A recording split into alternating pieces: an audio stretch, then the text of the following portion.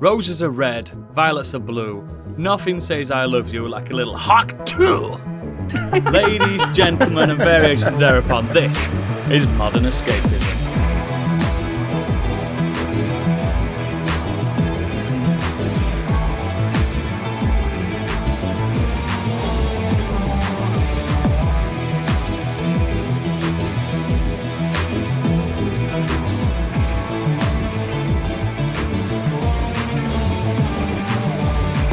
Hello and welcome to the show. My name is Oodles. Host so fine, all of the time, snorting lines and shagging nines. Joining me today, la, he's got no hair, France's greatest cuddly bear, his name is Biggie, and he's got his knob out. Biggie! I have no idea how to respond to that, but it's all correct. He walks these streets, loaded six-pack in his back. He's eating snacks, goddamn, that is a fact. It's Stig. Why are you shagging 9-year-olds, mate? Huh? Oh, dear. You missed that. So I just wondered why you were shagging 9-year-olds. It's a weird thing to confess at the start of a podcast. Shagging nines, as in 9 out of 10s, baby. Yeah. We all know the truth. Confirmed. Oh, dig through the ditches and burn all the bitches. She's scratching her away from her crabulas. It's Candy, but she's disappeared. Wait, just comes back and do that again. No, I'm not doing that again. Just got to say hello. Candy, say hello. Hello. Hello, everyone. There she is. And finally, let's get ready to grumble. Watch him edit like shite. It's Gadget. Let's get ready. The thing is, I'm going to say it, a little peek behind the curtain. He could edit shite, and you'd hear the worst intro to this podcast we've ever had, because the internet has just gone complete to shit. It's not just Discord, the whole internet. I blame Oodles. Yeah. It's the heat, man. It's the heat. It's warm, innit, guys? I know I'm more sweat than man at this point. I am 90% sweat. How's everyone doing, apart from the heat? Yeah, doing all right. All right. I've been out in the heat at the beach today. Ooh. Oh, I didn't know there was a beach in New York. I don't live in York. Oh. No. Candy, you all right? Yeah, I'm a comfortable temperature. Thank you. Okay. Got my hoodie on. We're fine. Stig, she's got a hoodie on. She has a corpo as well. It's an Arasaka hoodie. Yeah, I know. Corporate for life, yo. Yeah, I haven't felt warm once this summer yet. It's chilly down south. Is that possibly because you've been to hot Vegas summer. and you've actually been in the desert? It wasn't even hot there. Are you dying? I'm just cold-blooded, cold-hearted, cold-blooded. Oh, maybe it's because it's a big one and you're getting old, and you know how old people walk around in coats even if it's 35 degrees. Oh God, you start feeling a draft. I don't know what age it is, but it kicks in. That's now. I mean, that's now. In early menopause, Candy. Oh, maybe. Thank God. I don't need all that. I don't need that going on. It's fine. Bring it on. Speaking of menopause, the only menopausal man I know, it's time for Biggie's breaking news. What a segue, man. I try every week. I can't do it. You may already know, but he doesn't, because it's time for Biggie's Breaking News. M.E. back again. Check it to record. Let's begin. Party on, party people. Let me hear some news. Biggie's in the house with more reviews. There's a pod over here and a pod over there. With your hands in the air, shake the derriere. There's 3 words and you're gonna get busy. News, there it is. Hit me. News, there it is. News, there it is. News, there it is. News, there it is. Yeah, boy. You're getting better at the That was rapping awesome. ones. It is, isn't it? Oh, well, it's been a shit news week, so I'm just going to go through some of these stories. So here we go. God. I did try to find some more interesting news quickly before. There really isn't this week. It's been a slow We're news allowed week. slow news weeks. We're allowed It's a them. bit- We maxed out with Here all we the go. good stuff last week. Sony is allegedly pulling PSVR 2 funding, report claims. The report came out has said Sony has significantly cut funding for its headset as part of a largely opinion-led piece. Android Central cites anonymous sources that say PlayStation is paring back production for its pricey peripheral, with only two first-party titles in development. The Japanese giant has done very little with the device since Horizon Call of the Mountain deployed at launch, and it has ported the entirety of Gran Turismo 7 to the headset, but beyond that, it's largely relied on third-party and indie developers to keep the device release schedule stacked. I mean, she goes on to mention a bit shocked about goes on a bit more to talk about Astrobot, which I think some of us thought might contain, the new one by the way, might contain some PSVR stuff, but no. Apparently not. Because I know there's no money in it. Yeah, like, honestly, is anybody surprised by this? No, not at all. I know most people called it. I'm pretty sure we did a watch over, didn't we, when they revealed that? We did, and we all went, "This'll never work." Yeah, or we did a news story on it, and we're like, "It won't. They'll suck it off straight away." Yeah, It's almost as if I've been saying that VR is a fucking gimmick. well, it's not even that it's VR's a gimmick. It's that PC, it's great. that Sony is really bad at supporting these extra devices. Like, they had the PSP Sony going are for a gimmick. years. They did really well with the PSP, and then ever since the Vita, everything else they've put out besides the main console, they've absolutely fucked. Like, the Vita was a great little handheld that they just didn't support. PSVR, great headset for the time, failed. they didn't support. PSVR 2, even better headset. It is one of the best headsets out at the minute, and it's failed because they just don't put the support behind it, to the point where you can now buy a breakout box to play it on the fucking PC, and that's where they'll actually get some sales. And it's dearer than the console. And it's dearer than the console. That doesn't help in a cost of living crisis. The old cosy lives. It's mad though, isn't it, that they just put out this tech that I guess does what it's supposed to do, but nothing behind it. The amount of money they must be wasting and losing. I think idiots buy. I think idiots buy these Boggles peripherals me. straight away. Absolutely. I think one day VR is You've got going to to be. give them a few years. Yeah, I think one day VR is going to be really, really good. But at the moment, when you still have to turn your head to look around, when the headset's still really heavy, when you still can't use your eyes to look around, or it's just getting there, I don't think it's not really going to do much. Give it 10 years, maybe. Apple are on the right track. It's just they cost like $3,500. Yeah, when they can make them the size of glasses, brilliant. Yeah. And one day it will be amazing. It's just now it's expensive for not. And I'll be long dead. Right. But knowing them, It's they'll not do offering glasses, anything, but is have a little controller in half on either side of your glasses that you have to control it. That's Nintendo, that one. Yeah, that's how Nintendo would do it. Do you remember Oh, they'll be Nintendo's like, take? Do you remember Nintendo's The take on glasses VR straps with can the come off and become Larble? Joy-Cons. Yeah, you could put slide the Switch into like a plastic VR head, put cardboard on it VR headset. Yeah, but you had to still hold the Joy-Cons like up to your face, like it didn't have a strap. So you were playing. It was Fuck off. It was Mario Odyssey and Breath of the Wild, I think. When you got Larbo, you got like some downloadable content that made them VR, and yeah, you had to hold it up to your face like that and play with your Joy-Cons. I tell you, actually, though, Did anyone buy that fucking cardboard shite? No. some people did, yeah, and then they never made James it. Farley did on TCGS. Yeah, Yeah, and he never completed anything, for did he? about Yeah, 2 it years. took about 8 months to do one of them. No, but people think about bother. it. Actually, think about this. If you have a little thing that you strap on your head and you slide your Switch screen into it and you just lie there, put your head back on your pillow, like this, Yeah. and the Switch No. is being supported by the box rather than your hands don't have to take the weight. No, because this may surprise a lot of listeners. I still have to look at the controls on a control pad after however many years I've been playing computer games. So I have to see sometimes. The only one I've mastered is PlayStation. I know it's the cross, circle, square, triangle. I know where they are without looking.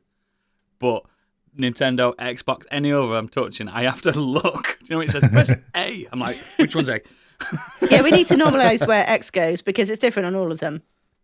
Yeah, I don't know why. It's probably the way my head works. Like, I've played Nintendo games and consoles more than any other console on this in my life since 1993, and I still don't know where they are. And doesn't the Japanese, don't they have circle as, if I'm using a PlayStation controller, circle is like the accept button, and and cross is a different cross isn't. one, Yeah, never understood that. It's weird.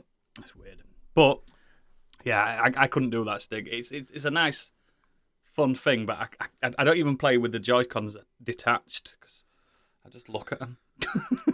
It's weird. I have to use the Pro controller. Very strange. I'm a strange person. Next. You are. Well, sticking with PlayStation, they suddenly have confirmed it's skipping Gamescom again this year. The annual German event is the highest attended gaming convention in the world and a key date in the gaming calendar, and a chance for developers and publishers to showcase their wares. Sony, however, has skipped this event in recent years, favouring its own dedicated PlayStation showcases, and the trend is now continuing in 2024. And not only that, because they don't need it. Back in April, Nintendo confirmed the same thing, that they're not attending either. I mean, PlayStation don't have anything to show off if that state of play that they did last month is anything to go by. No, there's that, plus they just don't need it. They're still winning. Why spend money on continuing winning? Are they winning?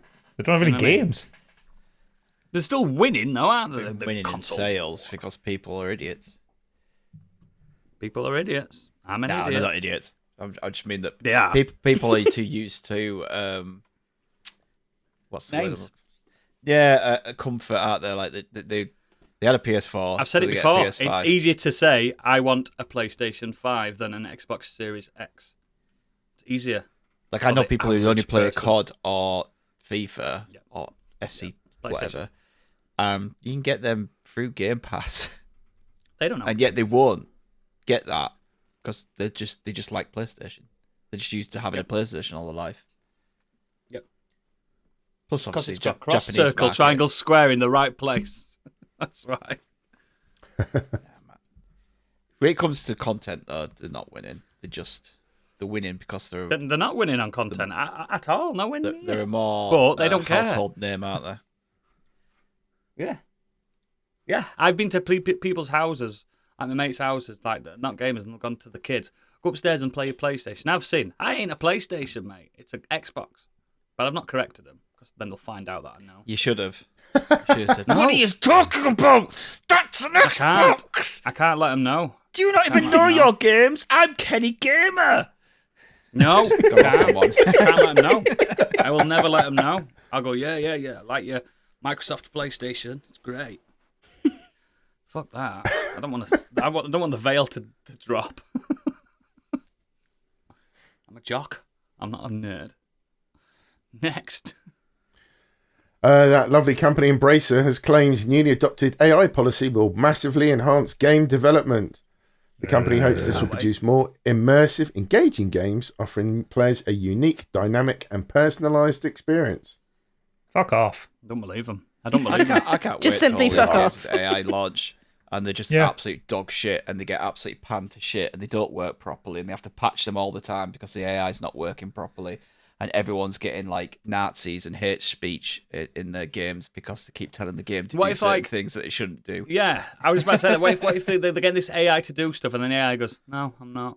No, it's not so much that. It's not that the games themselves will have AI baked into them. They're using AI to generate to make things easier. Well, no, It's a slippery slope. to generate code, to generate artwork, to generate dialogue. Like, guarantee you, Oodles, at some point, some Embracer will release some fucking massive RPG, and you'll go in, and the dialogue will make no fucking sense because it's all AI generated, and no one's checked it. Most games I play are always the same still now.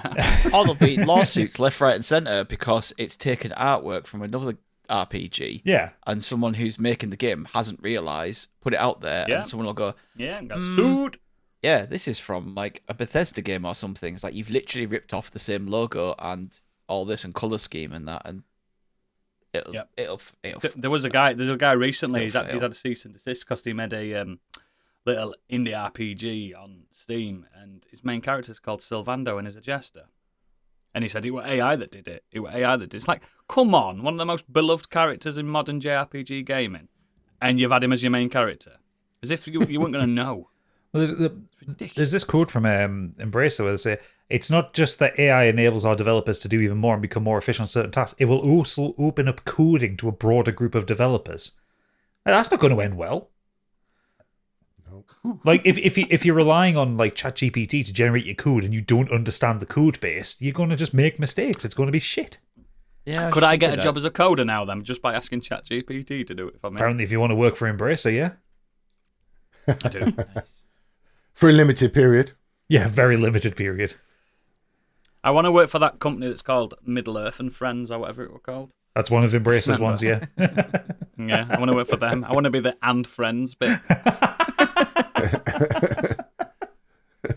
He's in the and friends building. Over the way, over there. See how many other like epic fantasies you can rip off and say, "Oh, how about we include this?" It's not a ring, it's a bracelet. It's the one bracelet to rule them all. Come on. Very distinct. Look how shiny it is. Yeah, it glows in fire. It You should see jangles as well. Yeah, it's a Pandora bracelet. Each charm drops the soul. Yeah, exactly. It's going to be. That Middle Earth and Right, Friends. Yeah. The Middle Earth and Friends sounds like one of those Facebook local groups that you have, like what's been happening locally in Middle Earth. Spotted Middle Earth. Spot What's the Middle bloody riders of Ronin going around at 3 a.m. in the fucking morning, eh? Trying to get I've some got kids. sleep. I've got school in the morning. There's bloody golems everywhere. Send them back. Send them back. Vote Sauron. I was told meat was back on the menu, but all they had was lettuce. Oh, God, I love 'em. Next. Now this is a weird story from Eurogamer. Polish developer apologises following criticism for naked sauna job requirement. What? And now viral LinkedIn exchange, Spectrum LinkedIn. Studio creative director Jacek Piorkowski approached narrative designer and writer Alexandra Wolner about working for his studio. Wolner replied to state Piorkowski had previously approached her about a job, but she declined as it required her to agree to mandatory and reportedly naked sauna sessions. Oh, good lord. I don't see what's wrong with that. All my staff have to go through that at the interview process. Yeah, we have Naked Thursdays at our shop. Yeah, I've got 6 members of staff as well now. I'm on the books, and they all did it. I mean, they are suing me. That's unrelated, though. Let's see what the jury have to make of that. So she went Fuck on the to unions. describe some messages that went back and forth between Piorkowski and herself, and apparently he amended a number of his comments on LinkedIn in the time since his initial post was put out to Wolner. But he still defends the decision to ask employees to participate in sauna sessions, stating the requirement is in place because it's what the studio's game is about. I don't want to waste my time to explain what the difference between a ruska, banya, or a dry sauna. You have to feel it, he wrote. Spectrum Studio What, his knob? is working on a new groundbreaking game, which is a mix of Life is Strange narrative, Final Fantasy, story and characters, Heart of Darkness, adventure levels with dog, it says, and The Tourist. He's written this with AI, hasn't he? It sounds like it. Exploration and questing, and then Tony Hawk's Pro Skater 2 tricks and specials. So that is a What, in real a sauna? combination. This sounds like one of those terrible games that you see on Steam. That's like one of those porn games. It sounds fucking Yeah, lit. It says- hot dog simulator. The main character will be a sauna master and will be in charge of performing in various saunas, smells, music, choreography, everything. And then the studio lists the position's requirements, and it's here mandatory sauna sessions Missionary, are doggy specified. style. Reverse cowgirl. Although there is actually no mention of nudity at this point, Spectrum Studio also said it would provide plannings in sauna free of charge within this post. And then on a separate thread, Piorkowski said that this mandate is not about getting naked, but rather experiencing different kinds of saunas. Yeah. Developer okay. said the wetness level inside certain saunas can get very high, and if someone was using a towel, it may result with fungal infection, Oh, God. which is why there are times participants are recommended to go in nude. You sure this isn't your Weird World Web like story? It nearly Right. made that. It really nearly made that. So, I'm unpacking this. I've been in a naked sauna, and I can tell you now, there's nothing sexy about it. It was me and an old bloke, like at the other side. Didn't make eye It's contact. like Gorillas in the Mist, I imagine. Yeah, I'm very airy as well. My back is airy. but- My friend once had to, because it's quite cultural in Japan to go in them naked in It is, some it is, places. yeah. So when they were there, they're like, well, we'll just do it because it's part of the culture. And he walked in, and so old man just laughed at them. Yeah. Saw his friend, who's just like full of ginger hair and like from top to bottom, laughed at him. Never seen it like before. started making fun of his hair. Then turned to my friend, and did like the little winky small dick thing at him. And he was just like, it's like we were just trying to get in the culture.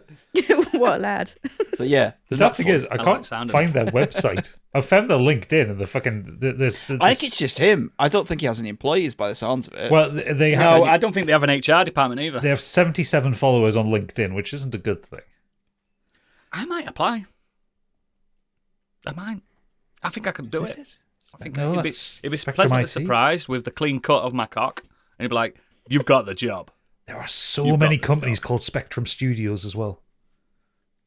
Like it's or Spectrum Computing. Yeah, He went on to try and explain in another statement, which I won't read the whole thing out. He did Don't go on to bother. say, I wasn't expecting it to be received as pretentious and cause negative connotations. Why not? He noted his use of narrative girls was wrong and meant only to convey the narrative team at the time was all female. He further spoke of how passionate he is about the sauna experience in recruiting and took out an iron rule about talking saunas and people's openness to this experience. I'm looking for people equally passionate about the culture of taking saunas and open to experiences that are part of that culture. He then said he's going to talk to his HR department. I'm sure Set one up. he's going to be head of it. Yeah. I've run this through HR, and they seem happy with They say it. it's fine. They say Yeah. it's fine. Can we see HR? No. They're in the sauna. Go meet them now. Just a broom cupboard with HR written on it. Yeah, there's steam coming out of it. What is that? Is that the HR With department? a broom with googly eyes on it. I found Why is every room in here a fucking sauna? It's part of the job. I found the job description for his art director. And yeah, he's got his requirements. Yeah, knowing Unreal Engine 5, concept art experience, all that kind of thing. Attend a sauna sessions, non-negotiable. Entire team need to understand the product. And then it says, we offer business contract based on experience, autonomy to create art direction based on Slavic shamanistic vibe, plannings in sauna, free of charge. So you, I don't you see free, the. I Sam. don't you're going to really have your planning don't see the meetings in a drawbacks here. sauna. I'm not. Candy, I'm struggling to find the negatives as well. Hang on. I mean, no wonder Free- it's releasing on Steam. Hey. Hey! Oh, for fuck's sake! Next. If you see a picture of this picture of this lad, that'll be the drawback for you. Is he fit? No. Hang on. Putting a screenshot in the chat. Maybe. He's hot because of the saunas. He's got that boomer camera angle as well. Mm. Let's have a look at him. Oh well. Is that a sauna in his background, or is that his wardrobe? I don't know. He looks like an MMA fighter. I don't know the name of him, but I've seen him before. It looks like him. Yeah, well, sounds like he wants to touch people up, so, you know. Who doesn't? Next. Over to the world of film and TV. It's what we've all been waiting for. A Spaceballs sequel is in development and Amazon MGM Studios. No! Josh Gad is No! attached to produce and star. He'll also be collaborating with writer-director Mel Brooks as producer. And Barb and star go to Vista Del Mar director Josh Greenbaum is set to direct Baum. from a script by Gad and Detective Pikachu duo Benji Samit and Dan Hernandez. Every sentence of that statement made it worse. Who the fuck is Josh Gad? The snowman in Frozen. What? Oh yeah. Oh, yeah. The little pudgy guy with black hair. Yeah. Ah, he's so fucking annoying. Why a Spaceballs sequel? Like, it doesn't need to be a franchise. Spaceballs is perfectly Everything fine does. as it is. Yeah, I didn't even think the original's that good. Fuck you. it's got moments. I don't. It's got some Peter's the stuff Hut's in pretty it. good. It did some good bits in it, but I prefer Blazing Saddles, even though it's a bit dodgy nowadays.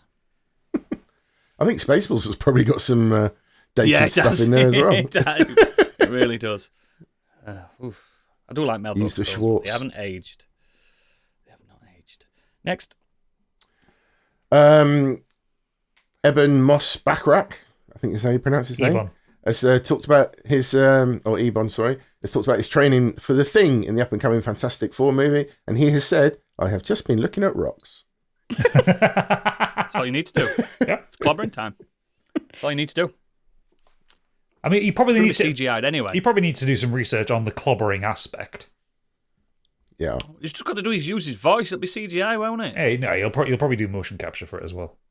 Well, they tend to. Yeah, that's true. Yeah, that's what they tend to do in the MCU. They tend to have the actors actually do the motion capture. Yeah, they even did that with Vin Diesel and Groot, didn't they? They did, and Mark Ruffalo and the Hulk. Mm. Yeah. Yeah, well, fair enough. Has he been in a sauna with a bunch of rocks? I was away. There are rocks in a sauna. There are rocks in a sauna. Oh, The Thing. We're talking about The Thing. Yeah. Yeah, it'll just be time. motion capture. Yeah. Still, I think he's great and he'll be a good Ben Grimm. So, and if studying rocks is what he needs to do, fine. And we get a bit of Ebon this week because the Bear's back this week. Yes. Is it all out at once? No idea. Can't remember how they do it. No, won't be. Disney Plus do weekly. I'll wait then because it's so short. I like to do it all at once. My blood pressure can't take it anymore. The short 20-minute shows, the hour ones, I can do them weekly. But the short little 20-minute ones. The Bear's an hour show. Yeah, but it wasn't. Yeah, I was going to say one of the big episodes is like an hour, isn't it? The Christmas episode's an hour and a half. Yeah. One. What an episode that was. Oh, that's a great show. Watch it. Did I not watch it? Watch it. Sorry, did I miss the Spaceballs news? You did, yeah. I'd step out. The only thing I have to say. I thought you stepped out for solidarity. No, I stepped out to go deal with children. The only thing I'll say to that is it has to be called what the original sequel was meant to be called, which was Spaceballs 3: The Search for Spaceballs 2. I think it's probably most likely to actually be called Spaceballs 2: The Quest for More Money, which is the gag in the film. Just Spaceballs. They're just going to call it Spaceballs. Balls harder. Confuse everyone. Balls deeper. Balls deeper. Balls. Not asked. Next. Something that won't be out next week. The new Blade script will reportedly be written this summer and then go out to directors. It's never getting made. I'm doing it. They've asked me and I said, yeah, I'll do it. According to the report, Marvel has enlisted Eric Pearson to help scribe the new script for Blade. Pearson's past writing credits include work on the screenplays for MCU's Thor Ragnarok and Black Widow. More recently, Thunderbolts and the Fantastic Four. The Blade script has already gone through multiple rewrites of different storylines and time periods used in various drafts. It's reported that the version aiming to shoot last year was set in the 1920s, according to sources, and featured Mia Goth as a vampire villain named Lilith, who wanted the blood of Blade's daughter. The latest iteration of the story is now said to take place in present day. I'm kind of happy with that. If we'd have had to have had a Blade origin story set in the 20s, you're behind already. Like that's one of the problems with the MCU is that they're lagging behind with pulling a lot of this together. Shang-Chi still hasn't had a sequel. It's been 5 years. I'm all right. You know what I mean? No, I'm not. I thought it was probably one of the best things from that phase. It's all right. But I just think that, to have done something, to have done something set in the past would have just. I wonder if they're going to do. It right down. I wonder if they're going to do Blade being British like he's supposed to be. Unlikely. No, we've heard him already. But I know we've heard his voice, but he were in Britain, weren't he? Yeah, but it was still Mahershala's voice. Yeah, it was an American voice, wasn't it? It's true. Never mind. Next. Won't get made anyway. Nah, it's never coming out. Never coming out. Ever. One for you, Oodles. Toho reveals that they have rules for all future Godzilla projects, and that Godzilla is not allowed to die or prey on people or things. What? Prey on people? Isn't that like kind of one of the He eats them. big thing in Godzilla? He bloody loves them. Yeah, and he kind of, when they attack him, he attacks back and he rampages through the cities. Yeah. Sounds shit. Isn't there very specifically a shot from the newest, from Godzilla -1, where he's following a boot and he's got his eyes focused on the boot? Yeah. Yeah. And he chomps it. That's I blast right through the center of the fucking city. Kills a lot of people. That's sort of preying on people when his eyes are like laser focused on this boat in his prey drive. He literally just levels fucking Tokyo. I mean, the amount the Japanese have had to rebuild Tokyo because of Godzilla warnings. He picks a train up and gobbles people that fall in his mouth. Just like it's like a tube of Skittles for him. Chance would be a fine thing. It's it's a bit silly. I was hoping that the rule would be no more legendary Godzilla. Yeah, no more Americans. That'd be a great rule. That'd be a great rule. The problem is, this is the only franchise I have to watch. And also, I have to watch this Kong X Godzilla thing that's come out. I have to watch it. Also, that side is the only one that makes a shit ton of money. Yeah, that's true. Never won an Oscar, though, just found a bit more about it. It says that the director of the Japanese company's Godzilla Room revealed some of the rules his most famous character must follow at all costs. This Godzilla Room, established in 2016 after the release of Shin Godzilla, is a committee of high-ranking Toho employees who come to a consensus on what the character can and cannot do in every film he appears to protect the brand's reputation. Roughly speaking, Godzilla never dies and cannot do anything that would be considered the work of a villain or a fierce monster, just following his instincts, such as eating people or animals. What? But he is a fierce monster. I also think that Godzilla never dying is a bit shit. I think that's, he's died multiple times and a different version of, it's a different animal completely. But I think that's lost in translation in a weird way because, yes, Toho Godzilla films are family films in Japan. Anyone can go and see them. There's no gore in most of them. You know what I mean? There's no blood in most of them. I get kind of what they're saying. They are supposed to be family-friendly films, but Godzilla -1 was probably the darkest one that they've ever Shin done. Godzilla was pretty bloody as well, though. That was pretty dark, yeah.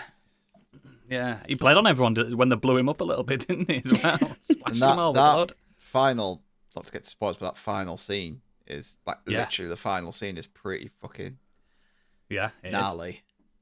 It is. So, and those eyes as I don't well. know. Oh, those eyes. I do know that they do design the films in Japan, and I am aware that some of it is censored over there, but they are family films that everyone can go and see. We get the uncut versions over here, so maybe that rule counts over there. Do you know what I mean? There's some scenes completely omitted in Godzilla -1 in its own native land. So he's allowed to eat people, but he's not allowed to be like cunty about it. Yeah.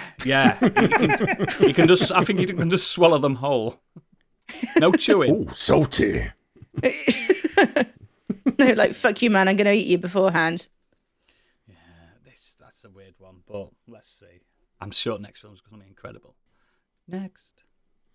Speaking of weird, Lethal Weapon 5 is moving forward with Mel Gibson set to direct, so don't expect any funny, hilarious side characters that are Jewish. I wondered why I didn't get the call. He fucking hates us. I mean, I love that series, but I don't think it needs to continue any further. Do you love him? We Do you already love have Mel the Gibson? perfect Lethal Weapon 5. It was made on It's Always Sunny in Philadelphia. I think that, didn't Robert Downey Jr. say something like, you know, he wanted people to come back and like support Mel Gibson after he made a mistake. But there's some things that you don't really forgive people for. Like David Hasselhoff drunkenly eating a burger on film. That was a silly mistake. We forgive him. Off the floor. That's fine. We've all done that. No, we Going haven't. on an anti-Jewish rampage, not so forgivable. No, And it's making a film called The Passion of the Christ where he just makes all the Jews demons. It's almost like you could say there's some kind of pattern here, almost a kind of anti thing towards Jews that he has about him. And it's a bit of anti-Semitism. Do you know what's I believe that could be the word. Just funny thing, I watched about Mel Gibson this week. It's like Australians coming out and saying, "You do know he's not one of us. He's not Australian." And they're all disowning because a lot of people think he's Australian because he has an Australian accent because he grew up there. But I think he's American. I think he's born in America. His parents are American. I'd like to get some fact checks on that, but I believe he is an American actor. He was born in the Australian. He was born in Peekskill, New York State. There you go. And the Australians are coming out lately and saying he's not one of us. Maybe he grew up a bit of time over there. Yeah, I think he did. Danny Glover's nearly 80 years old, so this is just stupid anyway. He literally is too old for this shit. Didn't he retire years ago? As in the films. No. Yeah, I can't remember. Did he retire in 4 at the end? Oh, he's been retiring since the first one. Pretty much. Perpetually 2 days away from retirement. As an actor, he's still going in the last Yeah, but there thing isn't a policeman alive that's gone to the 80s. So how's he going to do it? Pointless. So he'd just be a background character, and it'd be like, Hey, it'll be his son, won't it? His little blonde-haired, Chris blue-eyed Rock. son. it's Chris Rock in Lethal Weapon 4, wasn't it? Yeah. That's true. It's this and fucking Beverly Hills Cop and stuff like that. It's like, what's going on? Oh no, What's they've run out of ideas again, haven't they? They've run out of ideas. They want to bring back old series that made money without understanding why they made money Still back then. optimistic about Beverly Hills Cop. Still optimistic. Oh, yeah. I'm not. Well, the recent Bad Boy film meant to be pretty decent and made a lot of money, so... Did you go and see it? No, I didn't have time. Yeah. Cinema guy didn't go and see a film. Must have been shocked. I would have. No, it's just because political reasons with going in, seeing too many. Yes. So, yeah, but I would have. Yeah. God. I'm just these remakes of these continuations of these 80s franchises. They don't feel 80s enough for me. They don't have that magic that they once had. So it just bores me to tears. Like I think Beverly Hills time Cop. and effort into it can work. You could, but the new Top Beverly Gun Hills Cop, I Maverick think is that's incredible. yeah. That I didn't finish it, but I think the Beverly Hills Cop is one of the longest times between sequels ever in cinema history. It's got to be one at longest. That's got to be 40 years. 91, 92 was the third one, I think. Really? What was Blade Runner? Blade Runner's pretty fucking long, innit? Yeah, that's Blade Runner Yeah, was. but that's like, again, that's a film that they put time and care into. Blade Runner was 82, I think, to 2017. Yeah, that's a long time, innit? That's got to be one at longest then.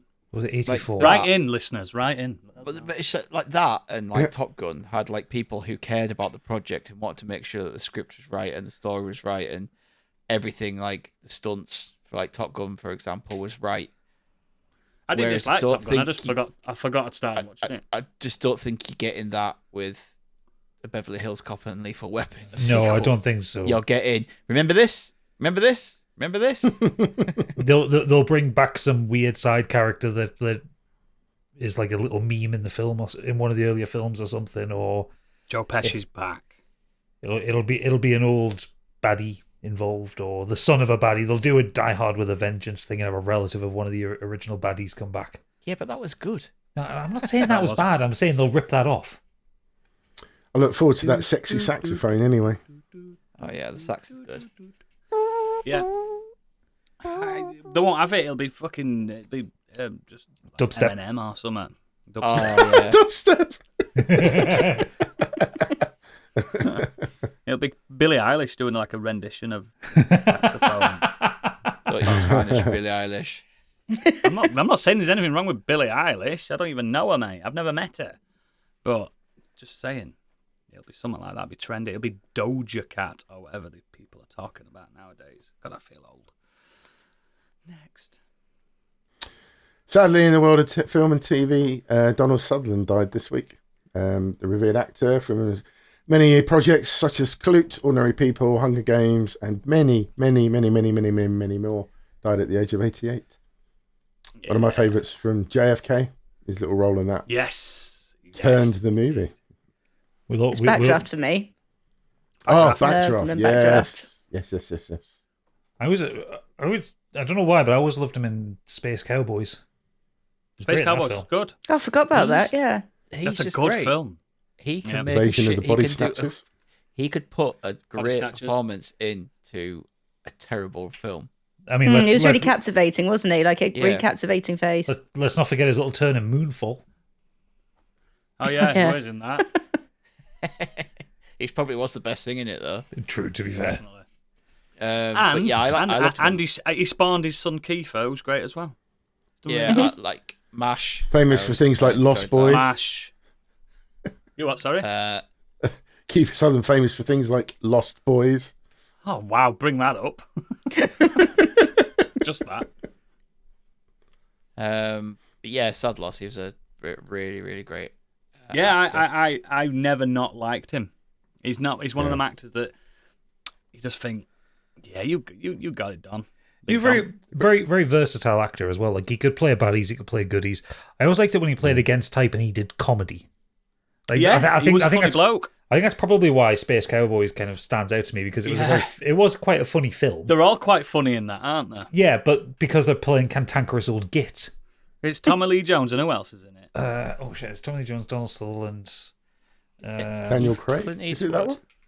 Daniel Craig. He's not old Isn't enough. Clint yeah, Eastwood in it? Clint Eastwood, I think Clint Eastwood was in it, yeah. Tommy Lee Jones, Donald Sutherland, James Garner, James That's it. Yeah. Cromwell. That was a good film. All, that was all old cantankerous. Like, Yeah, yeah, going into space. yeah, and it was. I did you see what Kiefer Sutherland had written about him for his passing? Yeah. Beautiful. Said, with a heavy heart, I tell you, my father, Donald Sutherland, has passed away. I personally think one of the most important actors in the history of film. Never daunted by a role, good, bad, or ugly. He loved what he did and did what he loved, and one can never ask for more than that. A life well lived. I think that sums it up pretty well. yeah, it does. Yeah. He just was fantastic. Great, one of the greats, and unfortunately, all our heroes are starting to die, and it's really fucking sad, isn't it? It's really sad. It's like I haven't got any modern heroes. People like there's actors I like that are new and modern, but not heroes. It's a shame. Big loss for Hollywood, and you will be missed, Don. And I know he used to like listening to this podcast as well. So, next. Over to the weird world web. Woman reads her asparagus to tell us how England will do in the Euros. Fortune teller Jemima Packington, Did she 67, say shit? uses the green spears to reveal the future. And the good news is England will win the Euro 2024 tournament, bringing an end Not with results we've got. to 58 years of hurt. The Gareth Southgate's men will go all the way in Germany and lift the trophy for victory, according to the asparagus. But don't scoff too soon, because they've been right on big things before. Jemima earned her celebrity status as the world's only Asparamancer. Fuck off. Fuck off. Oh, the English language is wounded by that contraction. You bastardised the English language with that. I fucking love that. After correctly indicating the results of the Brexit referendum, as well as predicting the Queen's death and Harry and Meghan leaving the royal family. He even claims to have It was a foreseen 50-50 thing. Like, you could say yes The or Queen no, will like- die. No shit. I bet she said the Queen will die this year every single year. over the Every last year. decade. Yeah. No, she didn't say it. The asparagus is saying it. Yeah. Of course, you got this from the fucking Metro. Of course. Did she have like a bad case of gas after eating too much asparagus, and it created some kind of illusion or something? I was just, But this is was just looking ahead in the article where it has the paragraph. She even claims to have foreseen someone returning to become the head of a right-wing political party and campaigning in the election. Fuck off. It's either got to be the son of the Metro, and it's the fucking Metro. I love this Of course, bit. someone going to rise because- to become the head of a right-wing party. It happens And of course, she's from fucking all the Somerset. time. She's a West Country weirdo. One of That us. explains a lot. That explains a lot. We read everything down here. We read carrots. We read apples. The whole lot. They're quite informative, actually. Candyland. You should stop. But there is a skill to this, because Jemima, for her to get the answers, she has to toss the asparagus into the air and interpret how it lands on the ground. So she has to fucking throw it on the floor and just make it up as she goes along. Yeah. Oh, we all toss salads around here. Do people pay her for this? Is there any monetary value to this? It doesn't say anything. It says Mystic Veg. Jemima says her predictions No. tend to have success rate between 75 to 90%, and she is never usually far off. Stick veg. I want to see if we can book her. I want to book her for Oodles' birthday. No. I don't like asparagus. I think it's fucking minging. Do you get asparagus wee? Yeah, I have in past, yeah. In fact, I've had it grilled once with like loads of cheese on it, and that were nice. She's got an don't mind IMDb asparagus. page. Steak and scallops. I like scallops. Yeah, I like scallops. I like scallops all day. So Jemima Packington has an IMDb page. She's been on Midlands Today twice as a Asparamancer. Twice? Oh. She was a fortune teller for 6 episodes on Big Brother's Bit on the Side. What the fuck's Bit on the side salad. Most Hey. recent, Oh, stop it, Candy. Stop it. This is not your job. Sorry, I'm sorry. most recently, she was this year. She was on The Last Leg.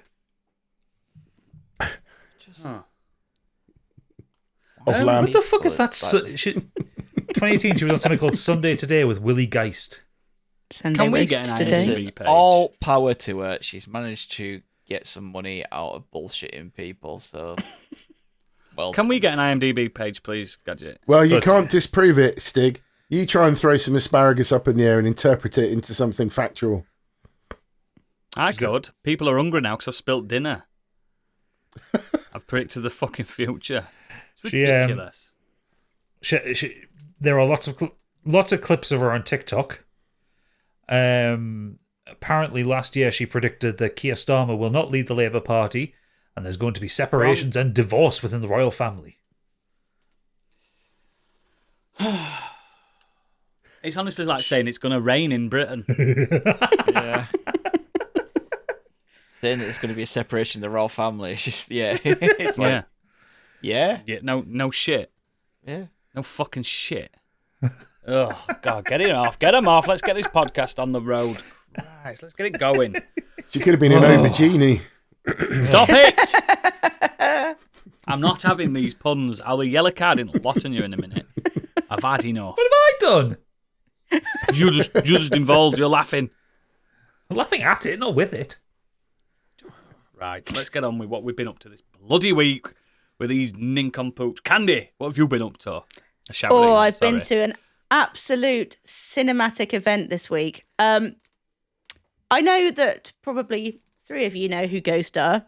Biggie, you're going to act as as our listeners when I explain the band Ghost to you. So the band Ghost have recently done a film called Right Here, Right Now. And the premise of the band Don't sing the Chemical Brothers. is... Don't sing the Chemical Brothers. No, it's what right, I as had in in my a head. magical right, as in a... Yeah, rite of passage.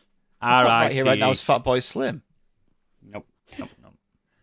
Definitely. So is. anyway, Ghost are God, I don't even know how to describe the music. They look like they should be metal. They're Right. not. They kind of sound like Blue Oyster Cult, maybe. It's metal pop.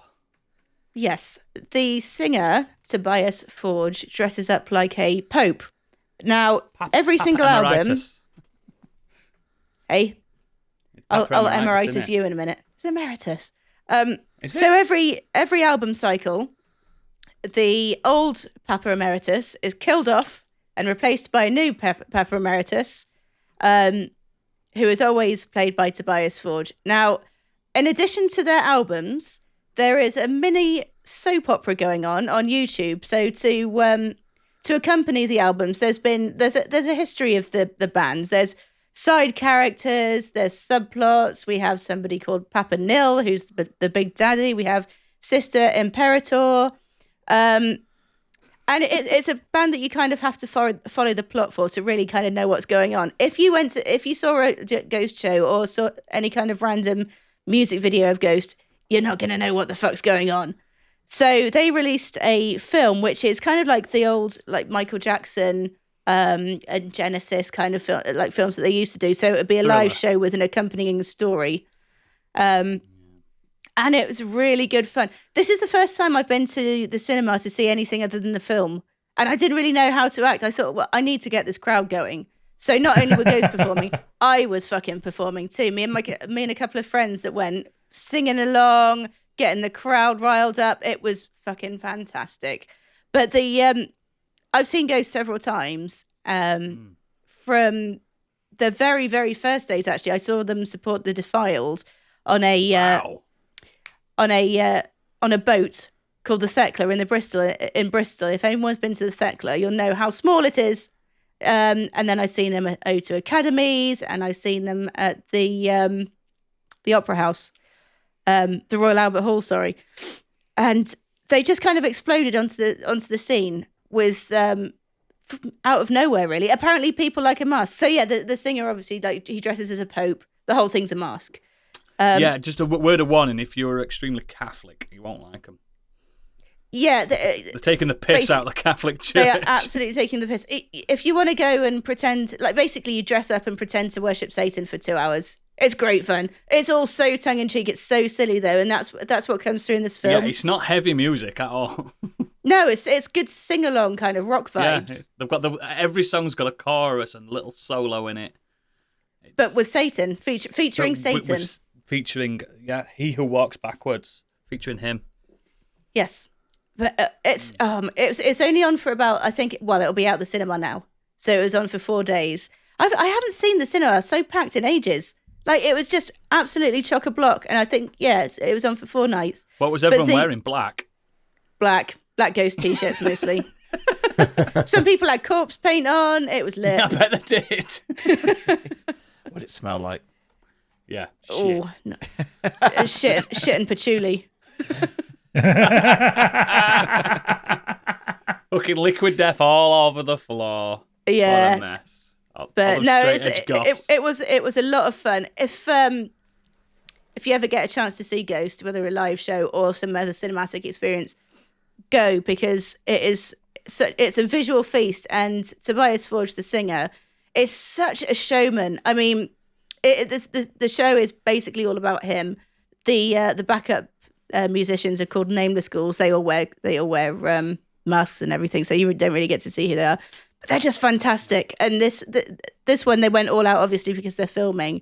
You had added dancers. You had a little side stage that they went off to. They did an incredible performance of If You Have Ghosts, and they used it was a string quartet with an opera singer along with Tobias, and it was so haunting and so beautiful, and it was like a really poignant moment in what was actually kind of like the rest of the show was kind of it was just comedy, but really good. He's got a really good voice as Forge. He's a really good singer. I saw him at a festival though, so it's like you don't get the full experience. But somewhere, you know, when the download when the big screen when you can't really see it and people are looking at the singer, and someone next to me was going, "He's miming." I went, "He's got a fucking mask on. You can't." I can see why you would get confused, because he does sing along. You don't really see the mouth moving. Yeah, he's got a fucking mask on, and they're like, "That's a mask. It's a really good mask." Yeah. Which changes every time depending on who is so-called singing. I normally whenever they remix the audio, because I think normally when I see them live, he sounds a little bit nasally because of the mask, but no, he sounds fantastic in this. Did you hear him cover? He did a soft version of Enter Sandman. Yes. And it's a beautiful ballad version of Enter Sandman by Metallica. Yeah, well, there was a whole album, wasn't there, of Metallica covers, and it seemed like everyone did Enter Sandman. Everyone did one, yeah.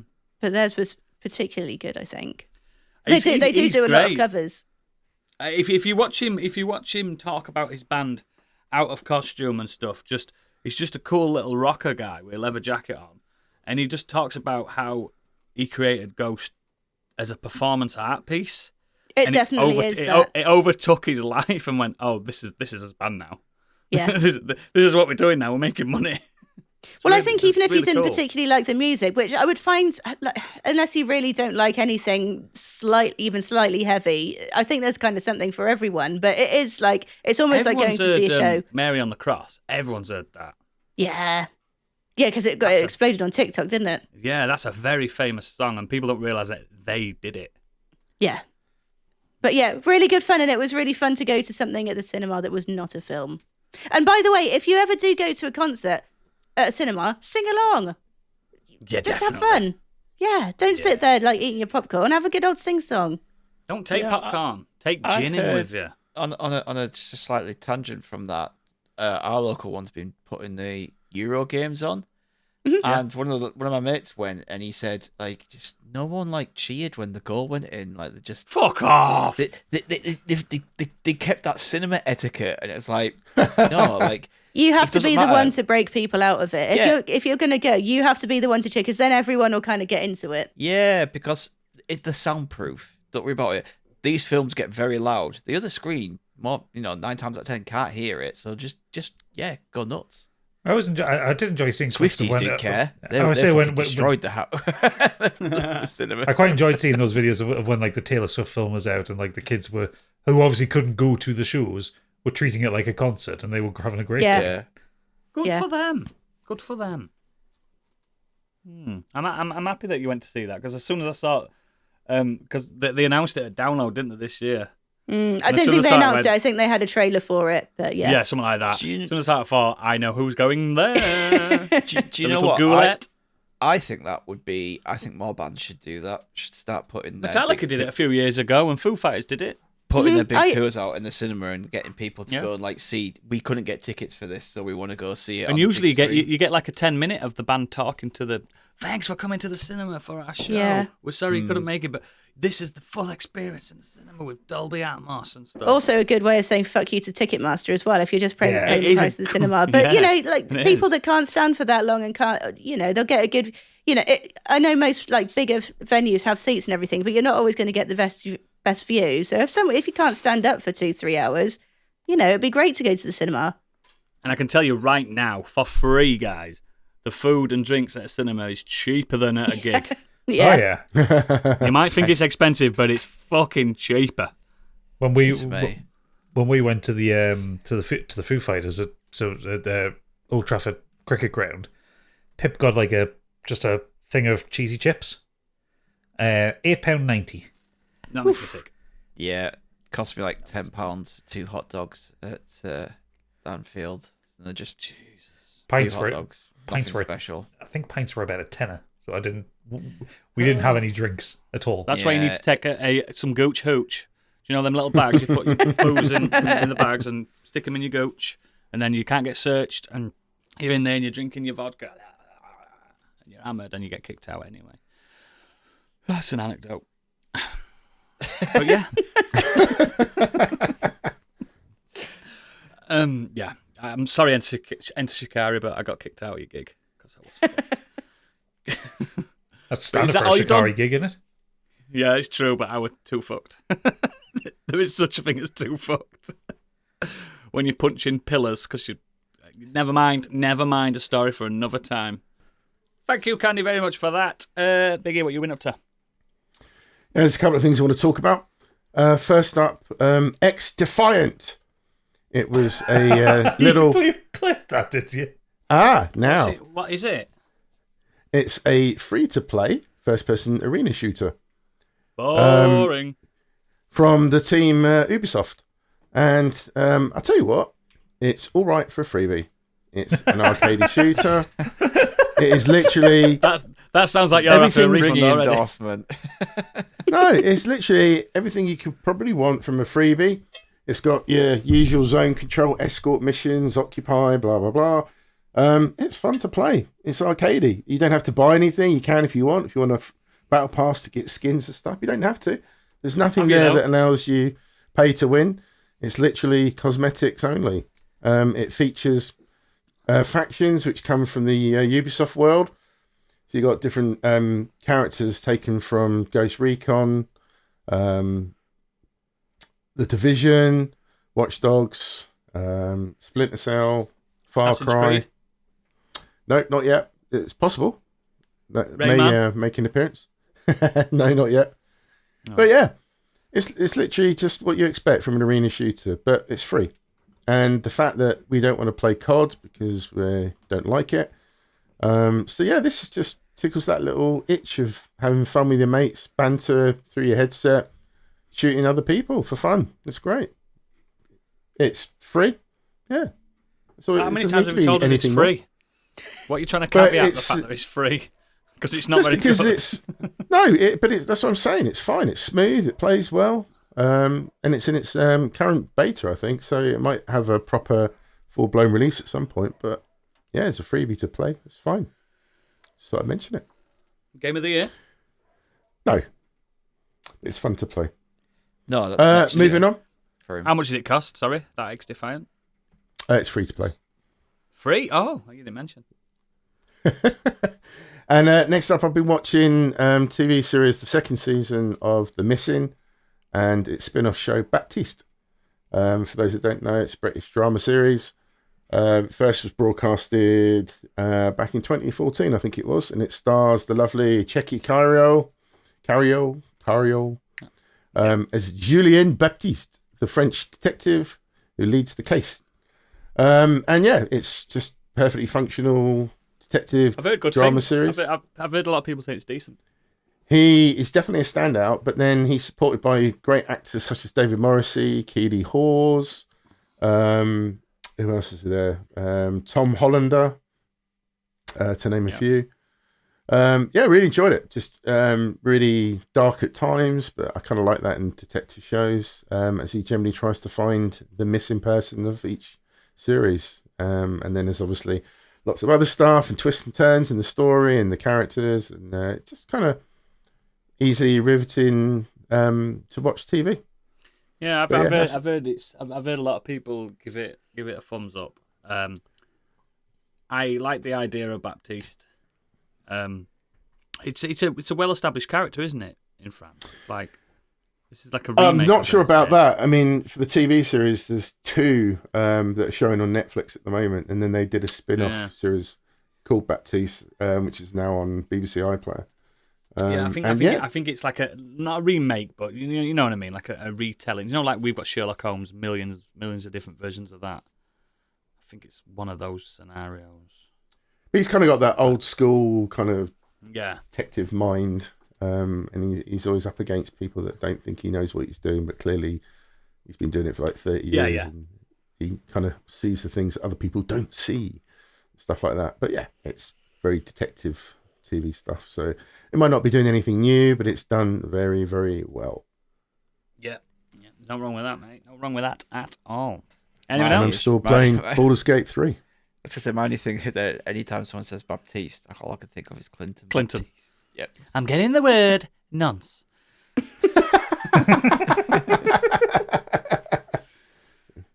Sorry, carry on. No, I'm just saying I'm really still thoroughly enjoying Baldur's Gate 3. It's all right, isn't it? Just had the audience with Gortash at the minute, if that makes any sense. Where I'm Yeah, at. it does. Yeah. But yeah, what a game. It's a pretty good fucking game, like. Yeah. Good game. Stegosaurus. First up, this week I finally, after years of wanting to play it since it won Game of the Year and everyone praised it, I finally started It Takes Two. Oh, great. What's that one again? It's the kind of Is it the divorced parents one? yeah, Yes. the co-op one where Yeah. you kind of set into this like fantasy world as these Yeah. little puppets that the daughter's made of her parents With the and- book. The yeah, French and a book. bit of magic kind of sets them on this journey of kind of self-discovery and love. Yeah, I've and never played it whatnot. because I've got no mates. Well, I'd never had a chance to play it because everyone else who had it had already played it with someone else. So I know I said, to And you Kate, didn't I was ask me. like, well, you don't have the right console. I mean, I do. No, because it's on Game Pass, so it didn't cost me anything extra. Anyway, yeah, Kate, I kept mentioning it to her, and she's like, "But I'm shit at games." And then Me too, eventually this week, Melia piped up and said, "What's that game that you want to play? Like, do you want to play it with me?" So me and Amelia started it, and Queen, ain't she? Bless her. it's really, really good. It's fantastic, isn't I can it? see exactly why it won Game of the Year. We're only on halfway through level 4 at the moment, but the variety in those first 4 levels, it's just insane. I don't think I've played a game that, like Titanfall 2, how we praise how each level is completely different and there's Yeah. different variety going on. this is the first game I've played since that has so much variety and It just keeps different stuff going on, and just keeps it's so throwing inventive. it keeps throwing ideas at you, and then as soon as you get used to them, it abandons them, and you get another idea. Yeah. That's from the Nintendo playbook. That isn't Yeah. the Mario playbook. But we're having a really good time with that. She's really kind of learning the ropes of a platformer as well. In that she can do some stuff and she's getting frustrated by other things. And I was like, yeah, that's how it works. She's like, I can't do this bit, and I'm like, yeah. She's like, and then I'll do it. She goes, how'd you do that? I went, gaming for 30 years. You become versatile on when you need to do your double jump, and you kind of. She'll be like, when you got to do a double jump, she's just mashing A and then hitting the X button to do the dash in the air. No. You've got to time it. So you jump first when you're across, then hit your double jump, then, okay. And then she gets it. And so. What really happened? Went, give me that fucking pad, I'll do it. No, I'm letting We need to move on. I am letting her do everything at her in her own pace. And then if you should play Resident Evil 5 with her next. No, if she struggles, then she'll pass it over to me and say, "Can you just do this for me?" Have you done the plane bit yet? While she's also getting stressed. Yeah, so we've done the plane. She was the shooter and I was the flyer, and she was like,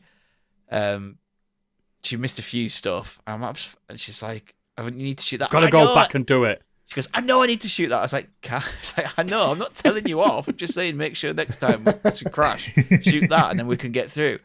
And then she admits, she's like, she had to do the gun because she's no way she could have controlled the plane. But I think it took us about 20 times.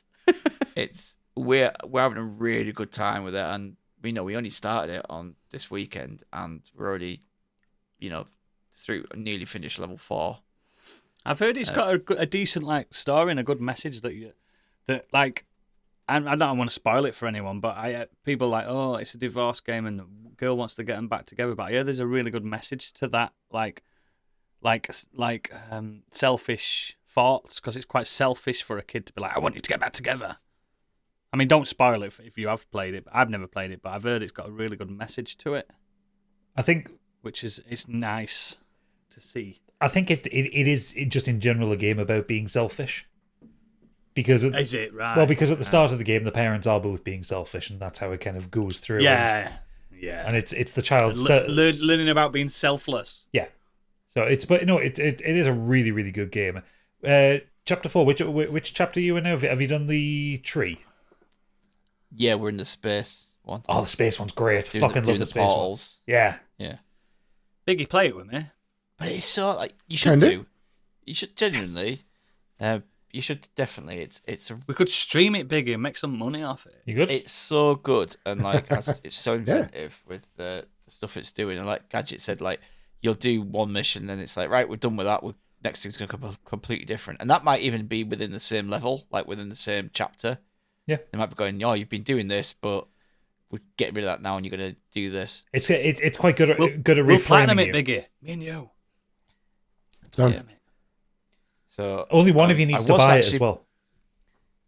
It's you buy it. I've got it. I think it's a freebie on PlayStation. Phenomenal. There you go. I'll check. I think I've got it. Fantastic.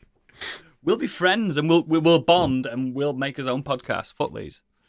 Yeah, I was going to play, and I might talk about this next week if I get it done. I was going to play that Still Wakes the Deep. And then I really want to play this game. Yeah, so that looked cool. Yeah, it's on Game Pass, Candy. Yeah, I know. Fuck Game Pass. And then she trotted in going, do you want to play that game? And I was like, yeah. You're not going to say no to that opportunity. I get that. So we, at least once. Yeah, I'd like to say once or twice a week. Me and my son will play Fortnite, and I love those little moments. I enjoy them. He knows I'm terrible. He's way better than me, and I always drag him down. But he's still. Do you know why you're doing that with your daughter? You're being patient. He's being patient with me, and it's nice. It's nice to see him be that patient with me. He's like, you're doing it wrong. You're not in the circle. I'm like, it's full whack at the minute, so next time it goes on sale, we'll pick it up. Yeah, we'll do it, mate. We'll do it. We'll actually, do it. Just talk about Still Wakes the Deep. I forgot to mention that I am on Pure Dead Xbox this week. It'll already be out by the time this podcast comes out. Joined Punk and Couchy on that, and we talked about went into depth on the Xbox showcase. Oh, nice. That was dull. big chat about all the games coming out on that, and then talked about what we've been playing. And Couch had been playing that, so that kind of put me on to go and playing that. And it's just full of brilliant Scottish lingo and dialogue, because it's set on an oil rig in off the shores of Scotland. So and it's the first game I've ever heard the word cunt be said. And ball bag. I like ball bag. Yeah, your wee ball bag. I like Chinese Room. I think they make some crazy games. I didn't like Everyone's Gone to the Rapture, but I like some of their games. Well, you'll enjoy the walking sim. You'll enjoy it, Oodles, because there's gameplay in this one. It's not even that. I will play a walking sim if the narrative drags me constantly. Do you know if it's pushing me? I mean, I know there's still waits to deep. It's only about 5 hours in it, so it's not even going to waste my time. And I think it looks stunning. And every trailer I've seen of it, but I'm on the wrong console, aren't I? Because it's £30. So I've got to wait. Yep. Wait. So the other thing I've done this week, and I missed the cinema. We went. Me and the family went to go see Inside Out 2. That was the second one. Yes. So this is obviously Pixar's latest film, a sequel to Inside Out, which, if you have seen it or remember, it's a story about a young girl, Riley, who is going through a few things with her parents after they move to a different city. And a lot of it takes place inside her head with there's all different kinds of emotions. Like the emotions are actual characters within her head.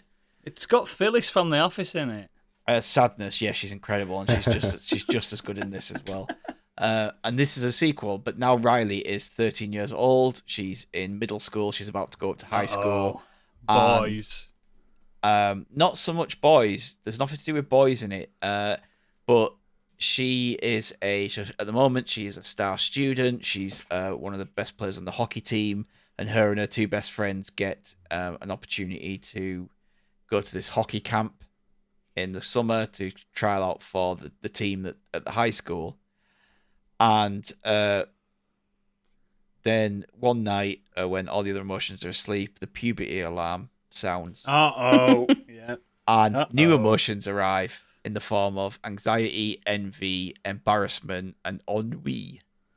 Slash boredom. Yeah, and French word for boredom. There's a little joke about nostalgia in there. There's a nostalgia kind of emotion that pops in and out again. It's like, oh, remember this kind of stuff, which is really funny.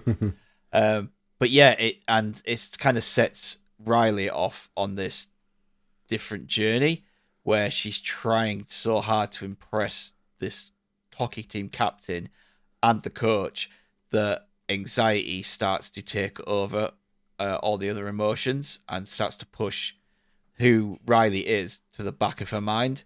So she has formed within her head, in the emotions, they've formed this kind of perfect image of who Riley is. Joy has been put in all these bad memories and bad feelings to the back of the mind, which is in this world is a thing. And it's created this kind of perfect image of, I'm a good person, I'm this, I'm perfect, I'm this. And then anxiety turns up. And if you've had anxiety in real life, you know how anxiety can take over things. And that's what happens in this film. And it's a really good film, and it's got excellent animation. Like some of the close-up shots of the emotions, you don't really notice it from far back, but when they zoom in, that all these kind of like just little bits of stuff going on around them, just like little sparkles and that like kind of popping off them and stuff, and you don't notice it far back, but and they're just strands of their hair and stuff. Like Pixar now is just, their animation is just another level. It's unreal, isn't it? It's fucking unreal. It's unreal. The humor in it's really good. Sadness is great. Anger gets a lot of laughs. The stuff he does gets a lot of laughs. Him with a fire head. Yeah, and I like him. They do a kind of thing where there's like lost memories and forgotten things, which includes like old TV shows she used to love, video game characters she used to love and play as, and they kind of riff off that, which is really fun. And I've never been someone that's really suffered bad with anxiety or I've never had it. I don't think I have that emotion. That or kind of ADHD or something. But I've been reading from like when I've been reading on the forums and people who have dealt with that have said that how accurately it portrays that within the head, how anxiety, the stuff that anxiety does, and the way anxiety is in this film, is exactly how they feel, and the way they have to be talked down by other emotions and other people. It's like the film does a brilliant job of like showing that.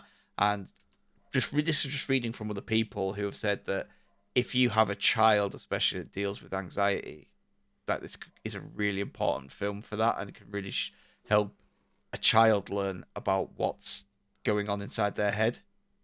So I think the first one was good for that as well, though, in different aspects. So I enjoyed the film for what it was. I thought it was a really good film. I thought that like the way that they portrayed these emotions, like the first one, it does a really stellar job of kind of showing how these emotions can kind of take over each other, and it's easy to digest like metaphor for mental health for young'uns, isn't it, as well? Yeah, pretty much. And as an adult, you're like, fuck, this is real. This is so fucking real. And that's what this one does, because it started to introduce the things that as teenagers and adults we start to develop, like say anxiety, envy, embarrassment. Like these are things as the older you get, you start to develop those emotions. I think the anxiety one in my head doesn't exist, but I've got two of the embarrassment ones instead. Two of them in place. But yeah, I just, from reading what other people have said, my thoughts on the film was I think it was really good, but reading other people's thoughts on how they could relate to the film, and they watched that and they were like, fuck me, that's exactly how I feel. It's brilliant. So I'm guessing that the writers probably had a few people on there that are like, yeah, this is... They've probably got psychologists involved in the creation of it as well. Yeah, there's some absolutely cracking jokes in there, and there's one that I absolutely loved, which I won't spoil, but it involved ennui. And if you're going to watch this film and that moment happens, you'll know what I'm talking about, because it's perfect and it's really funny. My daughter keeps asking me to go to cinema, because last time we went a while ago with her, because she's having a bit of anxiety with school and stuff. She's a little bit of a swot. She's like grade A student, and whenever other day she came home from school crying because she got a B. Do you know what I mean? It's like, are you fucking mad? Oh, she's a Hermione. Yeah, she's she fucking sounds like her, and she's going through some anxiety like that. And I think that'd be perfect for just me and her to go. My son's not interested. There's no fucking guns in it. He's half American. He's going to be an NRA soon.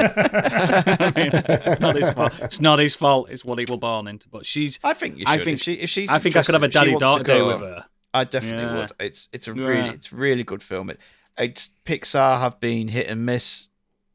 Disney have been hit and miss the last few years, haven't they? But this one is like up there with within their, I think maybe top 15. Now there's so many of them out there that top 15 sounds bad, but it's not. No, is it? Heck? Not when it's most of its quality. Yeah, exactly. It's definitely one of the quality ones. It's a 4-star film for me. I would definitely watch it. And the thing is, going forward though, I don't know where they could take it for Inside Out 3 if they do one. They could do it like young adult, like college years. Like at that point, it's not for kids, because then all the jokes and all the emotions are like adults, and like there's a review on Letterboxd that said where's horny. Like, well, yeah, that'll come at some point, but you can't. I got him very early. Yeah, like I think probably by the sense that if they were to do an Inside Out 3, there would be another decade down the line, and it would be a mix of Riley. It would be Riley having her own child. Yeah. So you would have, so you would then have the two sets of emotions. So you would have Riley's emotions of being a new mother, or a mother to a young child, and then the child's emotions, stress. Yeah, that's the only way to do it, I think, because I just think you can't do the high school, college years and make it's it too risky. Certainly not to keep it risky. Yeah, exactly. Yeah, but that's a good one, Gadget. I think that would work as Gadget. Get right in, bring them up. Dealing with being a new parent would be a perfect kind of setup. Definitely. Yeah. Awesome. I might do that. I'm really trying to I'm working on bonding with my daughter because I've not. Don't get me wrong, I've not been neglecting her, but we've not spent as much time as me and my lad have, and I'm conscious of that. And that's something like that'd be nice, wouldn't it? It's hard to juggle when you've got more than one. It's hard to juggle. Yeah, I think little girls are probably more difficult too. With You know, two it's girls easy to juggle, only having like not. 2.5 years between each other, it's quite easy to just go, let's go see this new Pixar film. Yeah, they're all into the same thing. Yeah, my son's like 5 years older than his sister. Do you know what I mean? He's not. They are not arsed with each other's stuff. They do not talk to each other. They do not like each other one bit. So yeah, I might do that. Look, I'll have to blow the old moths off my wallet and spend some money on her. Creak it open. That's when anxiety hits you. When he opens his wallet, it's like the Ark of the fucking Covenant. all the emotions in his head are just going.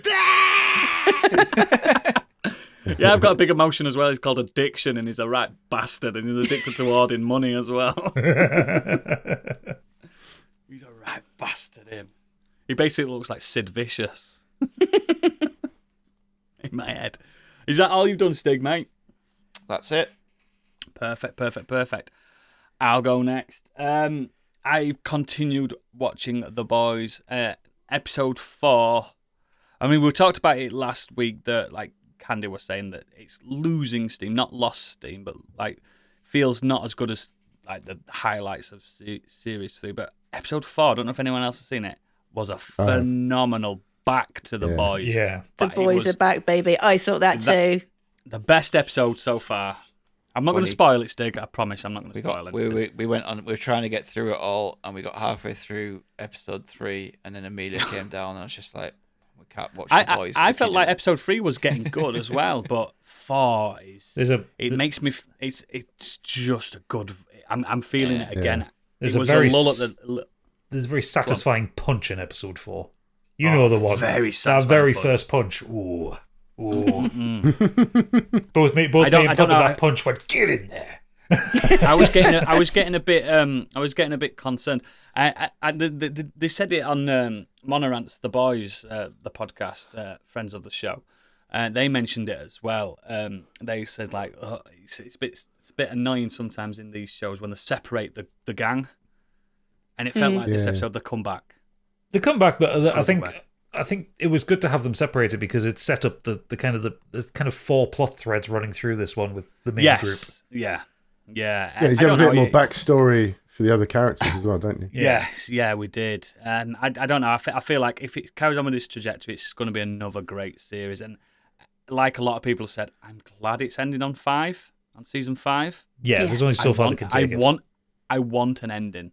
Yeah, knowing that you're leading to an ending and going, right, this is where we have to lead to this is thing.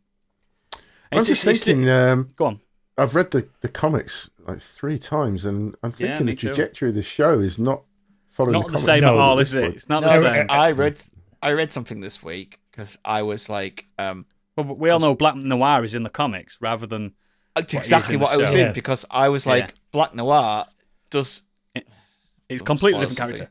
Yeah, and I was like, and obviously because there's such a break between shows now, I was like, hang on, like what happened to him in the last one?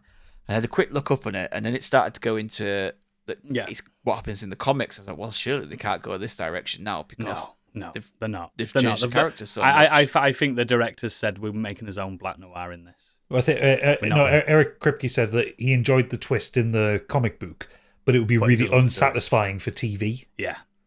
And in the comics, Biggie will back me up, but like everyone dies.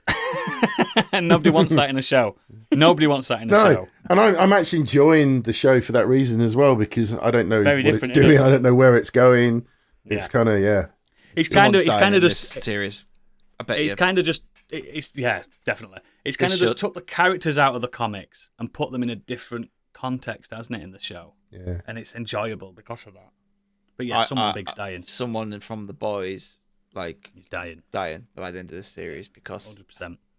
It's the problem Stranger Things has is that the gang always survives, and eventually it's just like, come on, like someone's got to go. People, like they're all normal, bar 2 of them, like, and they still survive all of this. It's like, come on.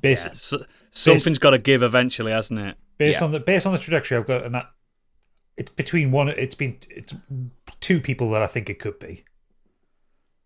I think it could be Huey. We'll discuss at the end. Yeah. I've got a feeling it could be either Frenchie or Kimiko. No. No. Never. No. Never.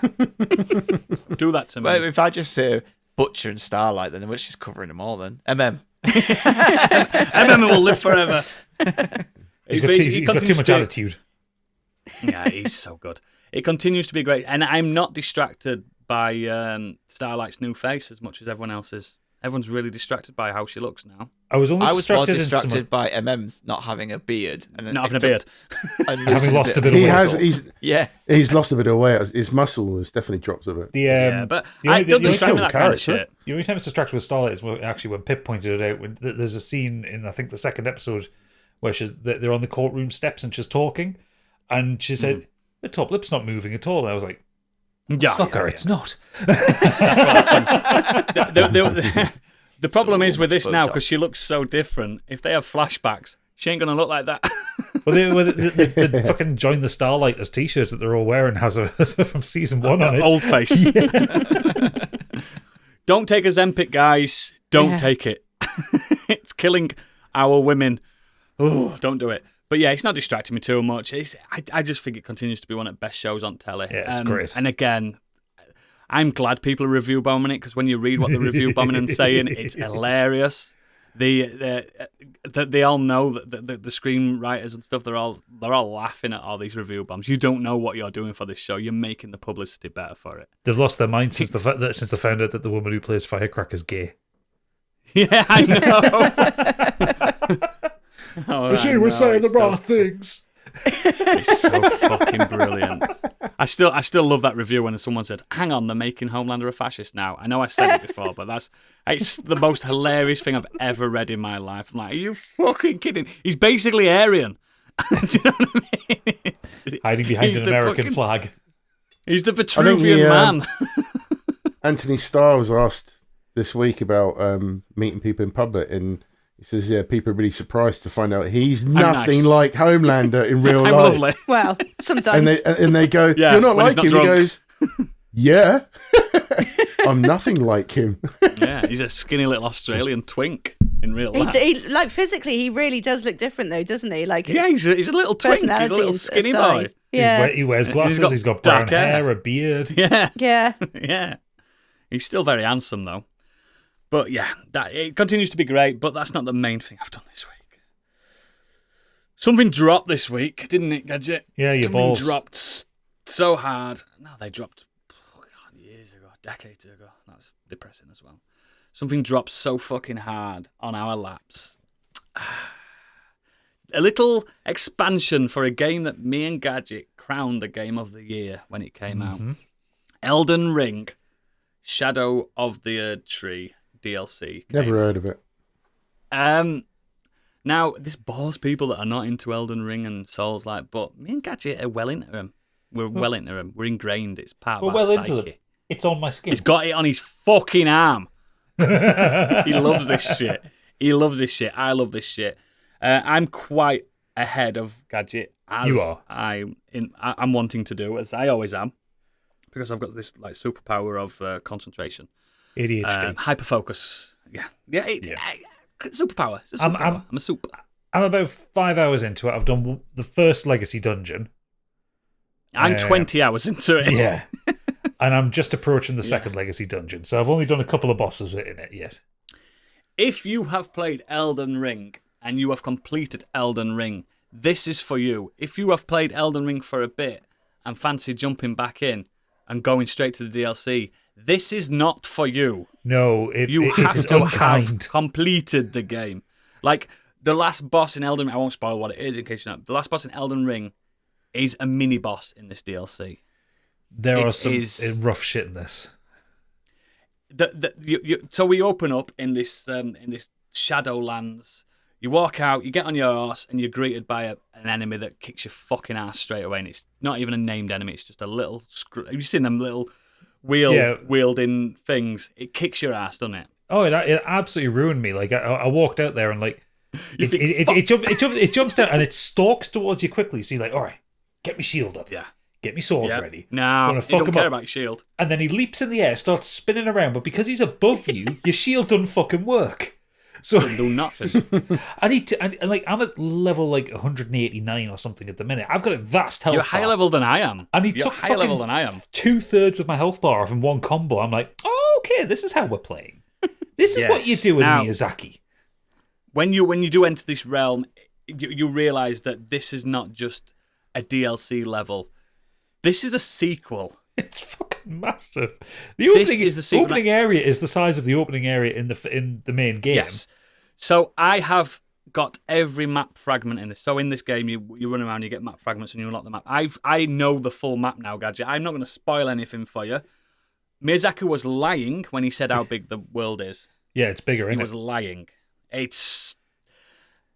honestly think it's on par with the original map. It's So £35 fucking- well spent then. Yeah. Oh, mate. And I did that. I kind of did that on the main game as well. I went running around looking for map fragments just to get my bearings. I weren't killing anything, just running around. And the things I've seen just running around frighten me. I've run away from them. You know, I've come back to the start of the game. It's just the game is. I'm not going to lie, guy. It is difficult, but the game does something nice to make it easier. You can pick up these scooter tree seeds and buff yourself up. And if you're really low level, it buffs you up high enough to be able to kind of tackle what you're coming up against. But it's not about a battle of oppression anymore like the base game is. You can tank a lot in the base game, can't you, Gadget? You can tank a lot. You can. This is not about that. It's about thinking on your feet, and it's about learning a moveset on something in front of you. Like the game, people moan about Souls game. I don't like running about and collecting. This game, nearly every major boss in this DLC, there's a checkpoint next to it. I did like that when I got to the Divine Beast line thing. It knows that it's up the ante, so it doesn't want to annoy you. This game is not wasting your time. Every single big major boss I've come against has had a checkpoint next to it. An instant respawn, let's go again. And the fact that by the time you're reaching this DLC anyway, you should be at least 150 plus. Losing your souls means nothing to you anymore because it's not about souls. Leveling up's going to do fuck all for you anymore. Yeah, and when you're at the point I'm at where it's like 250,000 souls to level up. Yeah, even killing a boss is not going to level you up. No. So it's not about that anymore. It's about learning because your weapon's fully modded up by this point. You can't extend that. You can't prestige your weapon any higher. So you're hitting the maximum you can hit. It's about learning these enemies, and it's what makes me feel. It feels more like the original Dark Souls when it comes to the enemy encounters. Yeah. Although actually, speaking of enemy encounters, I do have to say. Specifically to Hidetaka Miyazaki, because I know he listens. He does. Who the fuck approved the spider scorpions? They are gross. They are like fucking awful. They drop from the ceiling. They're worse than spiders. They skitter in from the side of things. They're furry. They're furry. They come in little swarms or really big fuckers. Yeah. And they come at a place where you wouldn't expect to see a giant spider scorpion thing. No. In fact, in my worst nightmares, I've never considered the prospect of a spider scorpion. No, they're horrible. And when you kill them, they scrill. Yeah. But then you go through the map and you can hear the tick of them nearby. Nah. They're worse than the hands that were like worse than big the spiders. hands. Way worse. Yeah. Way worse. Because these have got more fidelity to them. They look like they've put all the polygons into them. They look real, mate. Yeah. Because I don't know what they've done. I don't know. I keep going back from the new map and the old map, and I think this new map looks a lot better. I think that graphically it looks insane. I don't think graphically it looks any better or worse. I think it's the art. I think it's just the skybox and stuff and the art. It's got a more detailed skybox.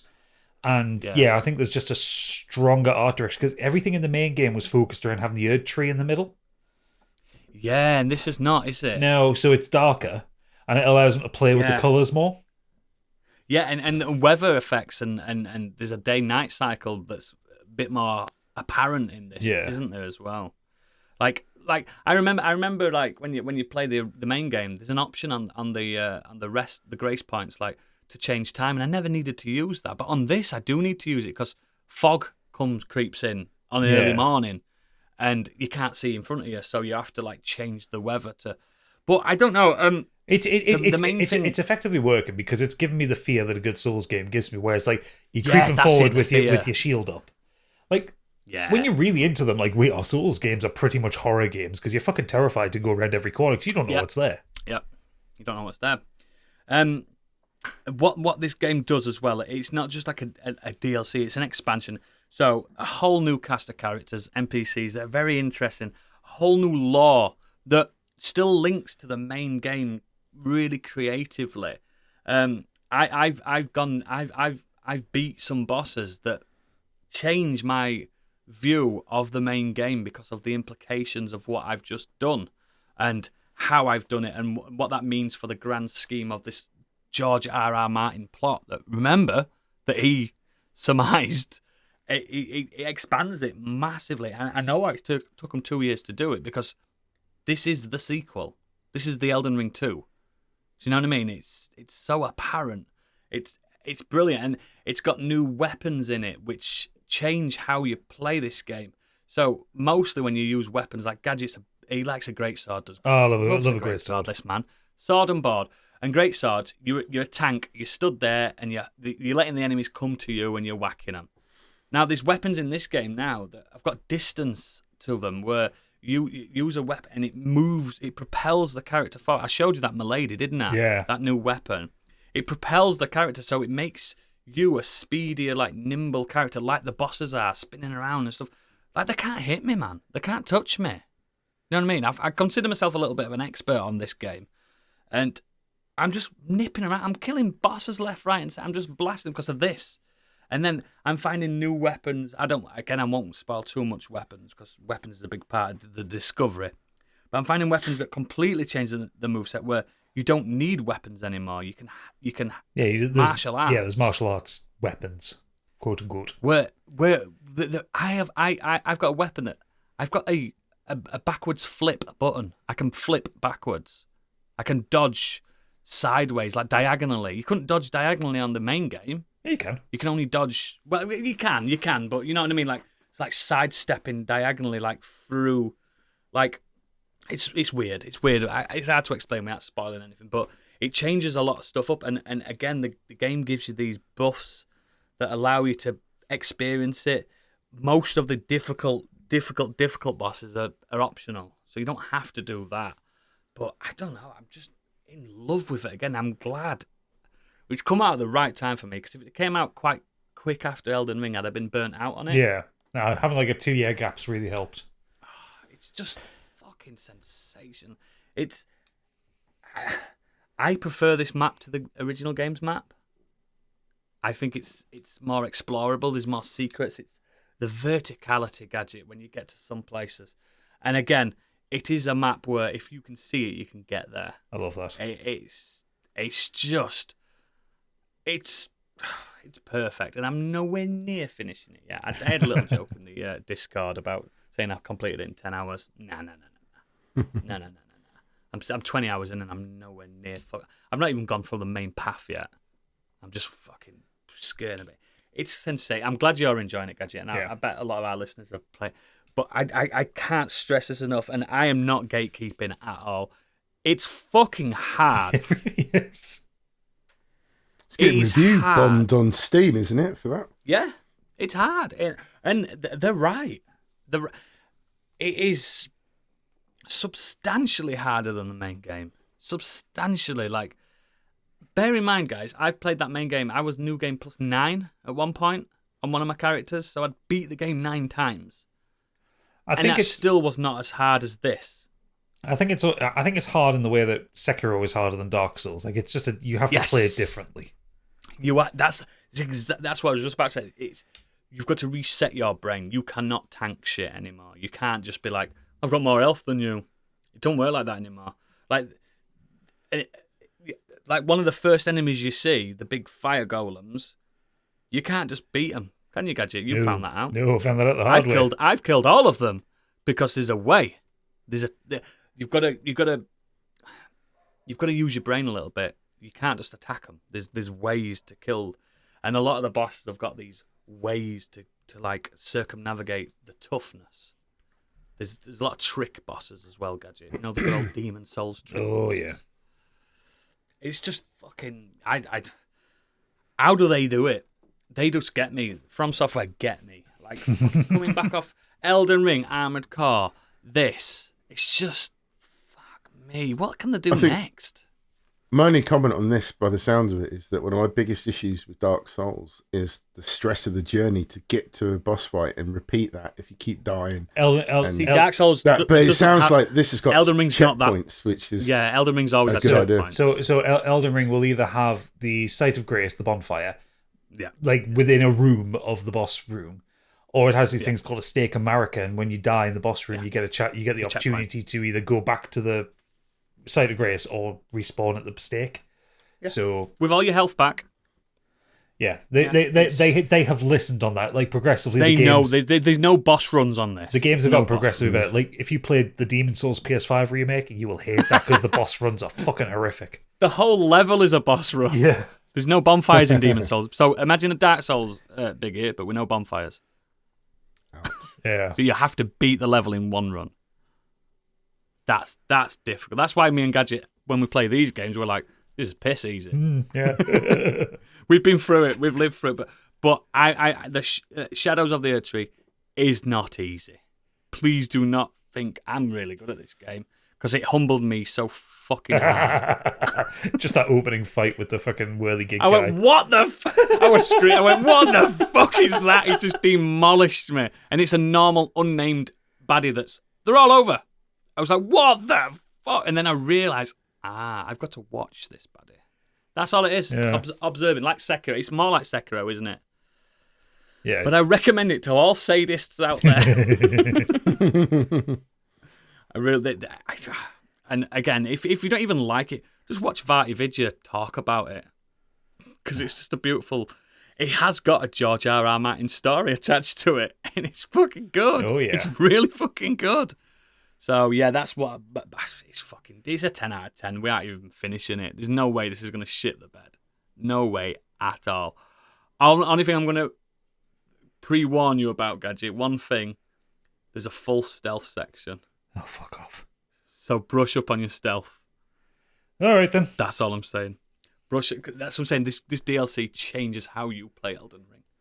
There's a stealth section. Excellent, Gadget. What you been doing other than that? So I've watched 2 fantastic films this week. Both diametrically opposed in their tone and style and subject matter. First one's actually a documentary film made by HBO, and it's just landed on Now TV. And it's a rather unpleasant watch, but it's brilliant.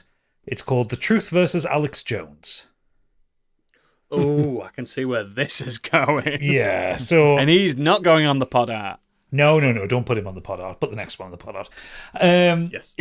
So, for those who aren't aware, I have a passing interest in kind of American right-wing conspiracy nuts. I find them entertaining. I find them idiotic.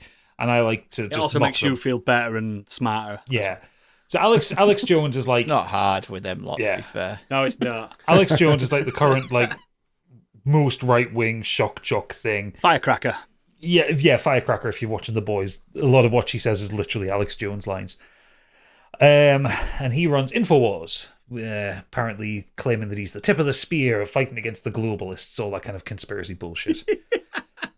So, in 2012, in December 2012, there was a school shooting at Sandy Hook, where 26 people, 20 of them being between the ages of 6 and 7 years old, were killed by a gunman. And within hours of that news coming out, Alex Jones already started a conspiracy theory that it was a false flag operation by the Obama administration so they could take away the Patriots' guns. Yep. And over the years, he got worse and worse and was harassing the parents more and more on this. So they sued him, naturally speaking, because basically him and his collection of kind of right-wing arseholes around him were harassing them. They were like sending them hate mail and like trying you to don't know who convince these the people public. are as well, guys. They wear the Stars Spangled Banner underwear constantly. Probably, yeah. These people. But this message kept coming out, and like people were like stopping these parents in the street and like saying, "How could you do this?" And you know, you're an awful person for doing this. These kids are alive. Where are they? That kind of thing. So yeah, they sued him for the constant harassment, and this film basically tells the story of what happened on the day itself, and then Jones's campaign, and then the lawsuits against him up to March this year. That's got to be an heavy watch. That it's a really heavy watch. What I really like about this documentary is it's not sensationalist. It doesn't. Yeah. It doesn't so, and you'll never guess what happened next. Yeah, it's none of that. It doesn't big up Alex in any way. It doesn't even interview him. It just has clips from his show. It's focused on the parents and the pain they went through. Now, I've known about Sandy Hook for quite a long time. I've known about what Alex has said. I've never been confronted with the actual children who died. I've always known it was 20 children died, 6 teachers, or 6 members of staff at the school. Members of staff, yeah, faculty. So the film, quite rightly, is talking to the parents and then showing the pictures of the children, pictures of these children who are now dead. And it's so upsetting because I've never put faces to names before. You don't know with these things. You didn't. I didn't with Columbine and stuff like. You don't put. Yeah. You never see the faces, and But then they were. you realise that family's been ripped to shreds. Like Pip was in tears watching this, and I wasn't in tears, but I was upset watching it. Like because you're seeing these, they're just babies. They're just 6-year-old kids. They're babies, mate. Babies. So you naturally get very fired up against Jones because of what he's doing, because you are confronted by the children. And thankfully that's only in the first third of the film. You don't really see much else about the children after that because it's all about the story of Jones and the parents. And the parents are amazing, especially Neil Heslin and Scarlett Lewis, whose son was killed. Those two are fucking incredible. They're the ones that sued him in Texas and won the first judgment against him. Yeah. They're amazing, those two, because they're the ones that, like, when Jones is giving his testimony, he has a torn larynx, so he's coughing a lot. And like in the recess, Scarlett Lewis goes up to him and gives him some cough drops and a bottle of water and goes, "This should help." She's still a fucking human. Because she's a human. And like, imagine that kindness to a man like this. A very red tomato man. Yeah.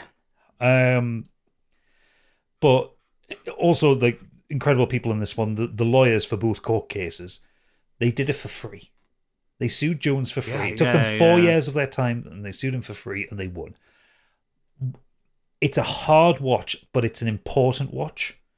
Because, like I say, it doesn't sensationalize Jones. It displays exactly what he said, but it makes no commentary on like the ludicrousness of the things he's saying. Is it more of a fence-sitting documentary? Like, this is both sides. No.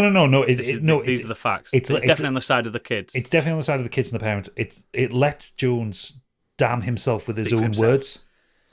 Yeah, the parents are hurt and angry, and they want, justice. This horrific lie put to bed. Basically, they want him punished. He was saying it for years, wasn't it, Gadget? He was saying stuff like they're still alive and they've been kidnapped. Yeah, for 10 years. All sorts of awful.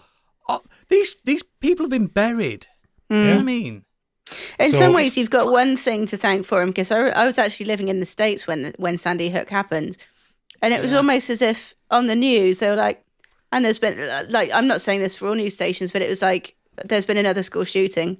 Not another. Like, yeah, you should exactly. never have to say the word another school shooting. Yeah, and it was almost not brushed over, but there's been another one kind of thing, and it was not until Alex Jones started with this that people started standing up and paying more attention to it. Like, actually, we shouldn't be saying, there's been another school shooting. There's some ridiculous amount of school shootings that happen in the States now. There's one a month. Yeah, they just barely get reported on now. Some don't end in casualties. That's the problem. But there's I think I was watching something of a week about this. One a month. There's been, as of April, there's been 18 so far this year.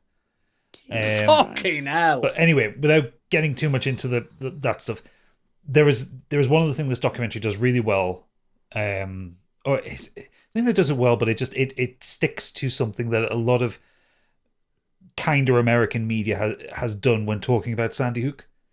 Never names the killer. Mm-hmm. Yeah, don't glorify it. No. So yeah, I would. It's a hard watch. I'm not going to lie. It's a really What's tough watch. What's it on, mate? Because I'd like to watch this. It's on Now TV. So Now TV. So when you get your Now TV trial for House of the Dragon, stick this on as well. Yeah, I will do. It's a very good documentary. It lays out and it approaches it from the point of view of you not knowing who Alex Jones is. It explains him very well. Like, I know more than the film communicates because I listen to Knowledge Fight and I'd listen to a lot of about Alex Jones. I'm not a big Michael Moore fan, but his Bowling for Columbine was a fantastic film. Yeah, that was a documentary on it. That was a great documentary, and this kind of has elements of that, but yeah, it's very much focused. I'm not a big Michael Moore fan because he does he's a bit of a glorify. Dick. Yeah. So anyway, we'll move on from the sublime to the ridiculous. Because the other thing I watched, which is also excellent, this can go on the cover. I watched Weird, the Al Yankovic story. Finally. Because it's now hit Amazon Prime, and you know what? It's fucking brilliant. So good, isn't I it? tried to tell you. I knew he would be. I said to him the other day, I was like, he messaged me about this yesterday, I think it was. I was like, I'd have been extremely shocked if you'd have not liked this film. My Bologna. Yeah. Just treats the subject perfectly, doesn't it? Well, yeah, it's so the whole. I like how people are calling it a biopic. It ain't. Well, no, it's a parody of biopics because it's Weird Al clearly doesn't like biopics. That's who he is. Yeah, and you know his whole thing is he takes the songs and changes the lyrics to them. He's just done the same thing to a film. And he wasn't shagging Madonna for a long time. No, he was never shagging Madonna. So it stars Daniel Radcliffe as Weird Al Yankovic, Rainn Wilson as his mentor, Dr. Demento, and Evan Rachel. He's so weird. I mean, Dr. Demento was really weird. And Evan Rachel Wood as Madonna. And it's basically a bullet point list of events that happen in every biopic film. From the kind of rough, tortured childhood with an aggressive, abusive father stomping on his dreams to learning his craft. Who won't let him play accordion? Yeah.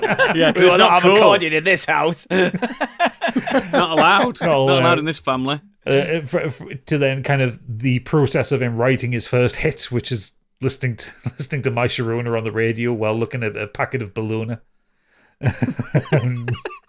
No, he does it for ages. Like, what could I do? And he's looking and he's going, my Sharona. And he's looking at the bologna and he's going. He's taking ages, and then he goes, my bologna. And then everyone goes, what? Don't they aren't they watching him from outside of his... They're watching him from outside of his head, and he looks at the radio going, is the DJ not listening? It's skipping the record or something, because it's just going, my Sharona, my Sharona. And he just keeps looking at the name on the packet, and he's like, what could I do? What could rhyme? And they all think like this parodies, like parody songs, is like, no one's ever done this before. It's like the greatest art. Like he's like Eat It, like Michael Jackson parodied Eat It with Beat It. Yes, which becomes a great joke later in the film. And so then it covers kind of Weird Al getting a record deal, becoming a super ultra mega star, becoming #1 artist in hundreds of countries, rivaling the Beatles for the amount of #1s he's had at the same time. Quadruple platinum. No, quintuple platinum. He had 5 of them. Quintuple platinum. That's it. 5. And then he kind of, because like Madonna wants him to parry like a virgin, and he's like, no, I'm only doing original songs now, which is Eat It. Yeah. And it's fucking surreal. It involves him killing Pablo Escobar at one point. I mean, what the fuck? It does. Yeah. Everything just gets so overblown, like immediately, doesn't it? Like right at the beginning, the dad's like, I told her to shut the hell up, and just like smacks the guy who's trying to sell an accordion in the face. It's like that.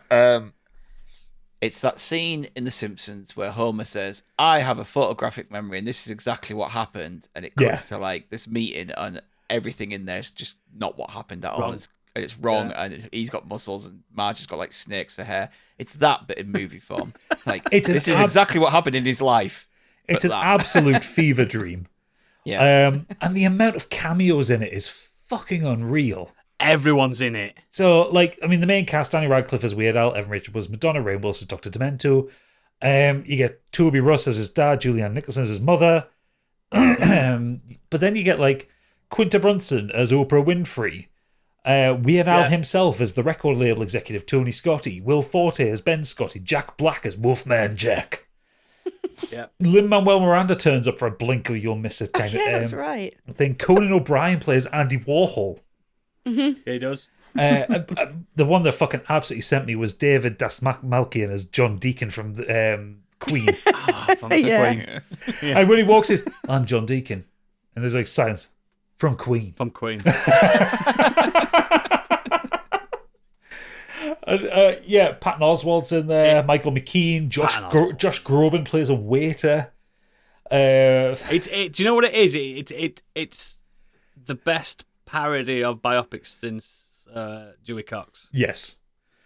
Because Dewey Cox is fucking brilliant as well. Because Dewey Cox is brilliant, but Dewey Cox tries to play it a bit more seriously.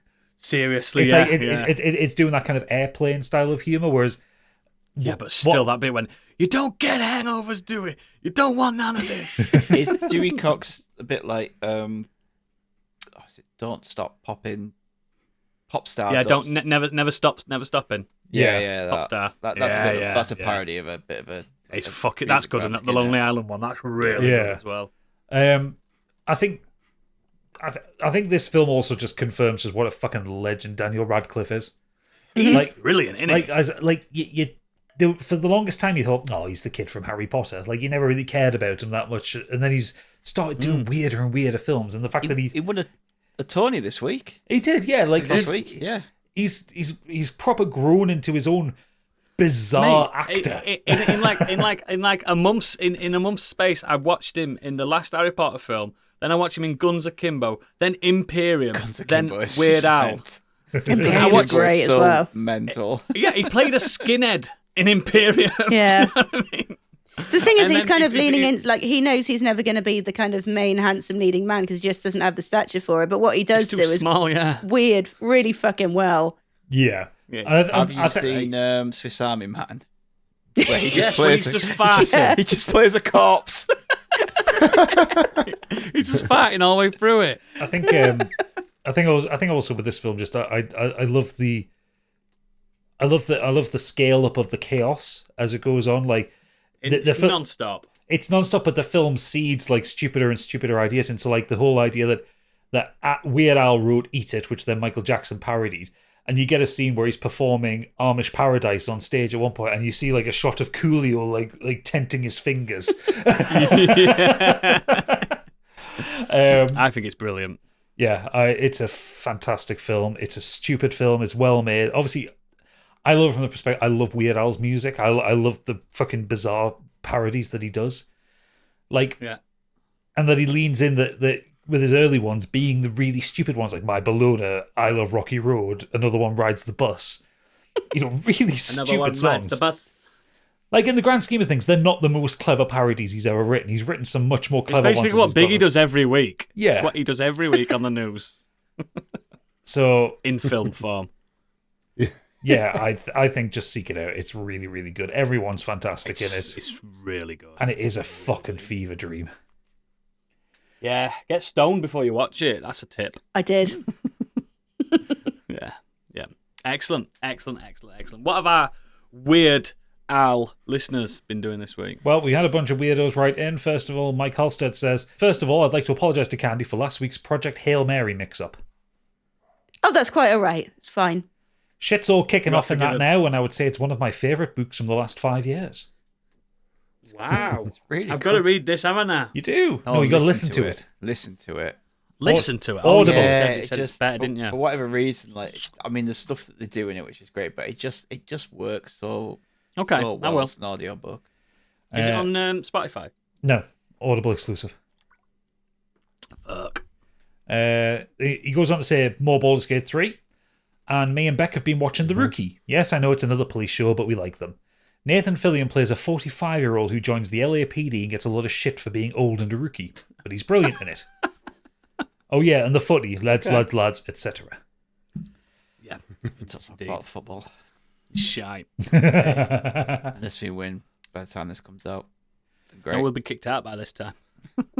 Mr. Worldwide himself, Planty, has come in and says, "Hi, Biggie. Here's my feedback for this week. Biggie, mate. It's my feedback." It's been a couple. It's been Nice a couple to do it properly. Yeah, it's been a couple of weeks and we're having a week off the main show because I'm sad. But Joe from Hallmark of Greatness is on Little Facts and Lies telling me about White Rabbit by Jefferson Airplane. Psst, it's about the drugs. One pill makes you smaller. And what's that? I could keep going. I love that song. Please don't. As for the cinema, we managed to make it to Furiosa before Sony fucked it and removed it from circulation. I loved it. Yeah, already, yeah.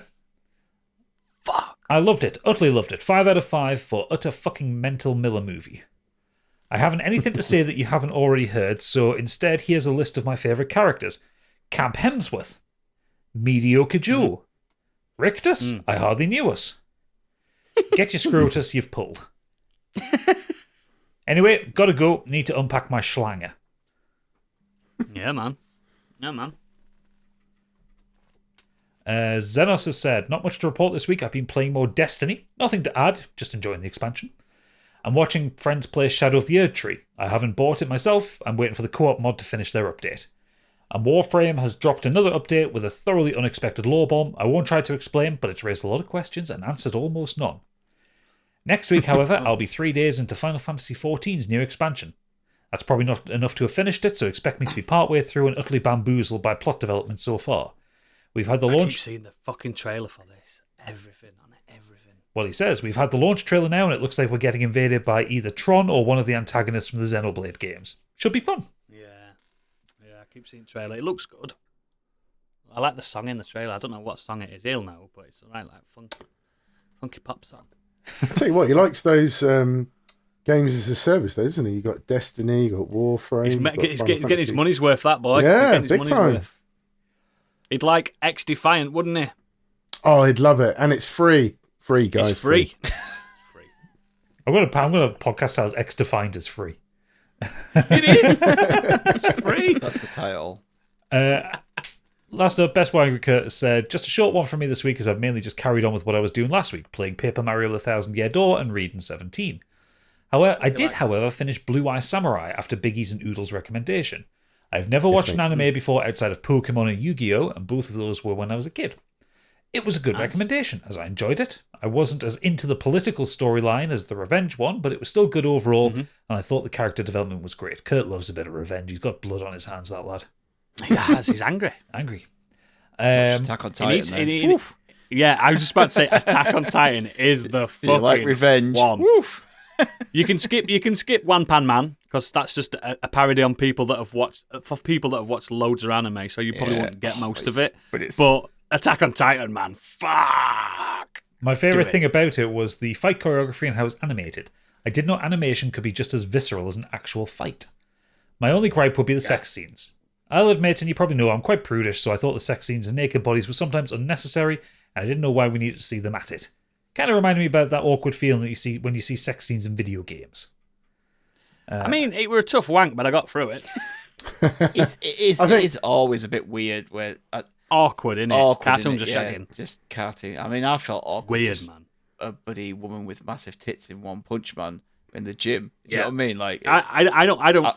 I mean, Kurt knows I don't even like sex in games at all. I think it's unnecessary. She came on my phone, and I was just like, "Fuck me! I hope no one glances over at this." They're gonna think I'm a pervert. In defense of Blue Eye Samurai, at least the animation was authentic as compared to something Got like you hard as well, didn't it? I don't know, Fahrenheit, or what's that game with the why are you bringing a fucking David Cage sex scenes? Fahrenheit, they're so bad. In they're Fahrenheit, so you had bad. to control the movement. You had to control the shag. It wasn't just the fact that it was a cutscene. It's like you controlled you moved the shagging. stick. Yeah. And but at least this and is Heavy done a bit Rain. more Heavy Rain taste. had the same thing. You got to undress the reporter. Heavy Rain, Heavy Rain as well, yeah. And Beyond Two Souls. Yeah. He likes shagging And in his that's why they don't. games. That's why they don't work in unnecessary. video games, because exactly that. Fucking. So I agree Cage. partly with you. He finished off saying, I also started a 3-hour YouTube essay from Game Maker's Toolkit all about his all-time favourite game mechanics. It's been very interesting so far, about halfway through. I might watch that. Oh, cool. But that's our feedback this week. Excellent. As always, links to all our extracurricular activities are in our show notes and at modernescapism.co.uk. Please consider becoming a patron. We've got Modern Escapism, we've got Kenny Potter, we've got Too Fast, Too Curious, we've got our monthly votable episodes every month that you all vote wrong things on. But I love democracy as much as the next person. Do you know someone who doesn't love democracy? The lady that ends this podcast. So this is usually the end of the show. But before that, it's time to get annoyed at Candyland.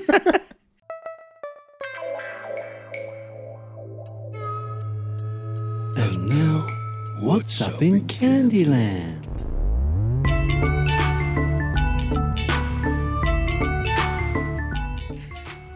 Do you know what? Just bouncing off that last feedback, I'm just I'm developing a game that's like Mortal Kombat but shagging. Like you got all your finishing moves and everything. Mortal Kombat. Finish him. Finish him, exactly. Finish it off. That needs a bit more time in the oven, so that might be Candyland next week.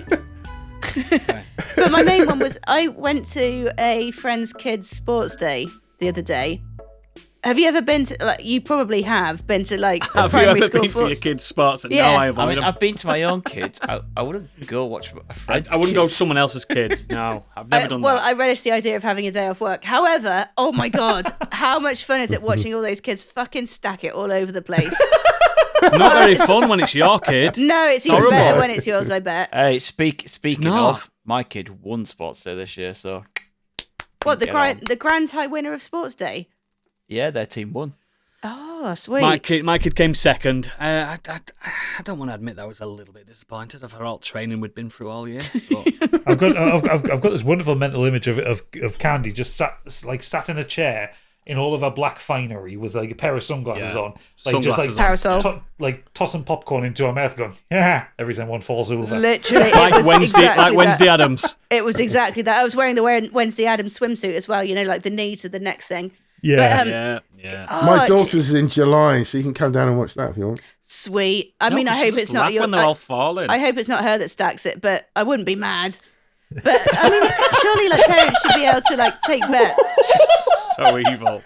So evil. the thing is, I kind of have to agree with Candy on this one because I remember watching You Being Framed, and it was always when the kids fall over that I'm was watching the kids funniest fall ones. over. It's hilarious. Yeah, kids getting hurt on Instagram. That's a I good don't one. know.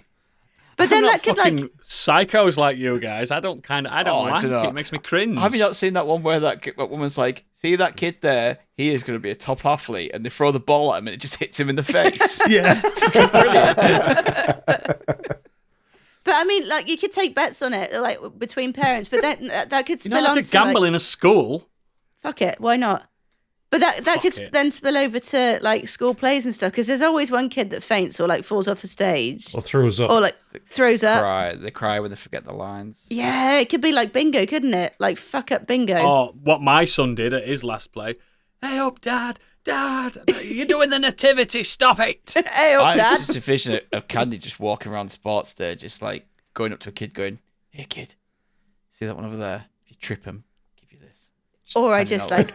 like do that. Oh, I'll tie their laces together or something. I've got an even darker. They're just planting claymore mines. You know what I mean? Just fucking going for it. It's just Dodge become the that, Hunger Games. bitch. But oh my god, Claymore with claymore, baby. it's if you can find a friend with a kid. If you don't have your own kid, you can't go if you don't have a kid. No. You can't just go. But You definitely can't just go to a no, you can't. There's laws that stop that happening. There's Find fences a that friend stop with that a- happening. Find a friend with a kid. Yeah. Like it's really innocent just laughing at kids falling over when you compare to what you could be doing at a sports day. You wait for the three-legged race and then just like throw your parasol and try and trip them up. Fucking have that. I love it when the parents get really encouraging. It's like, go on. And then they fuck it up. They're like, never mind. Yeah, well done, little Timmy. Or when it's like the parents' races and they get really into it. I tell you what, I'm fuming, absolutely fuming that The my banned the parents daughter's race? school banned the parents race. Oh, what have they banned it we had for? it at ours. The one thing, right, that I'm good at is I can sprint. I am a good sprinter. That's why I played a winger at rugby, because I'm fast. And I was like, yes, when it comes to sports there, I'm going to fucking tear up that fucking father's race. That's why And you'd then I be. found Yeah, out- that's why you'd be going to the gym. It's not for your beach body, isn't it? You just want to do fucking Parents' Day.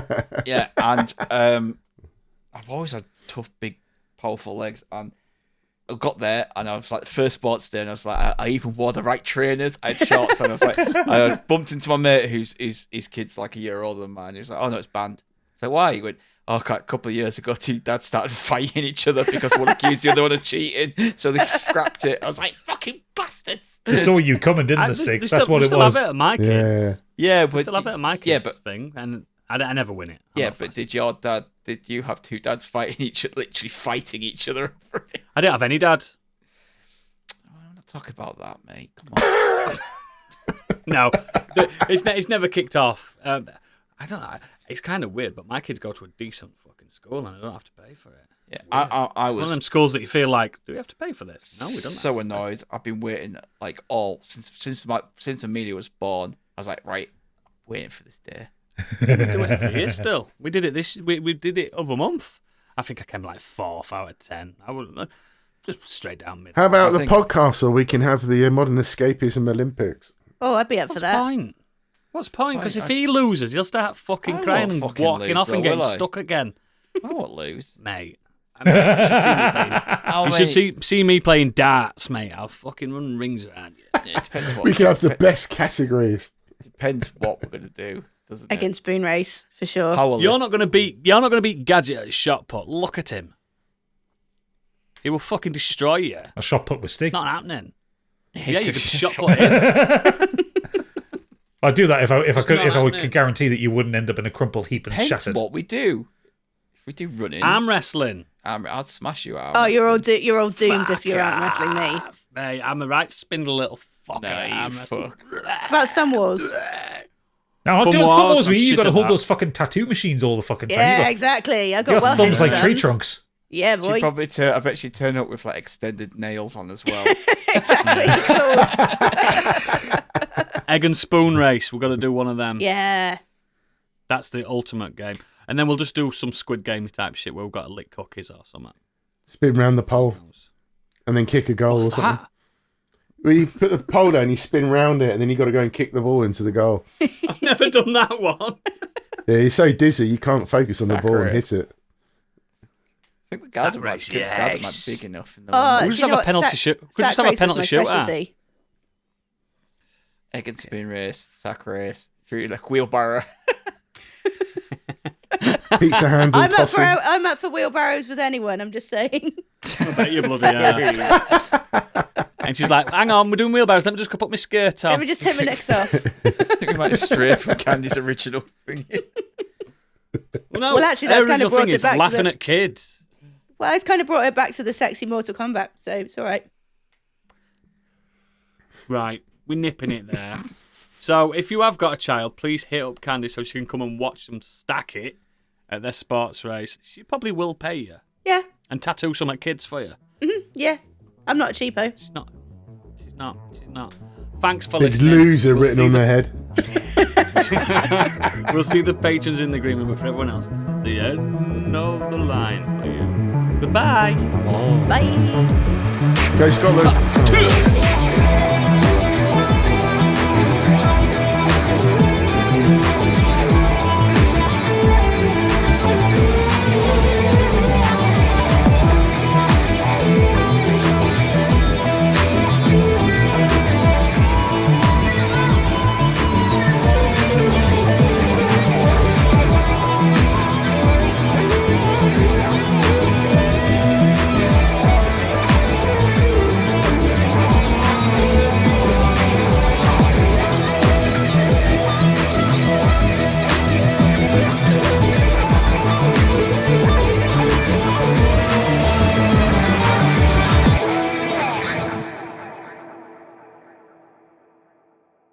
How you gonna be like that? Ha!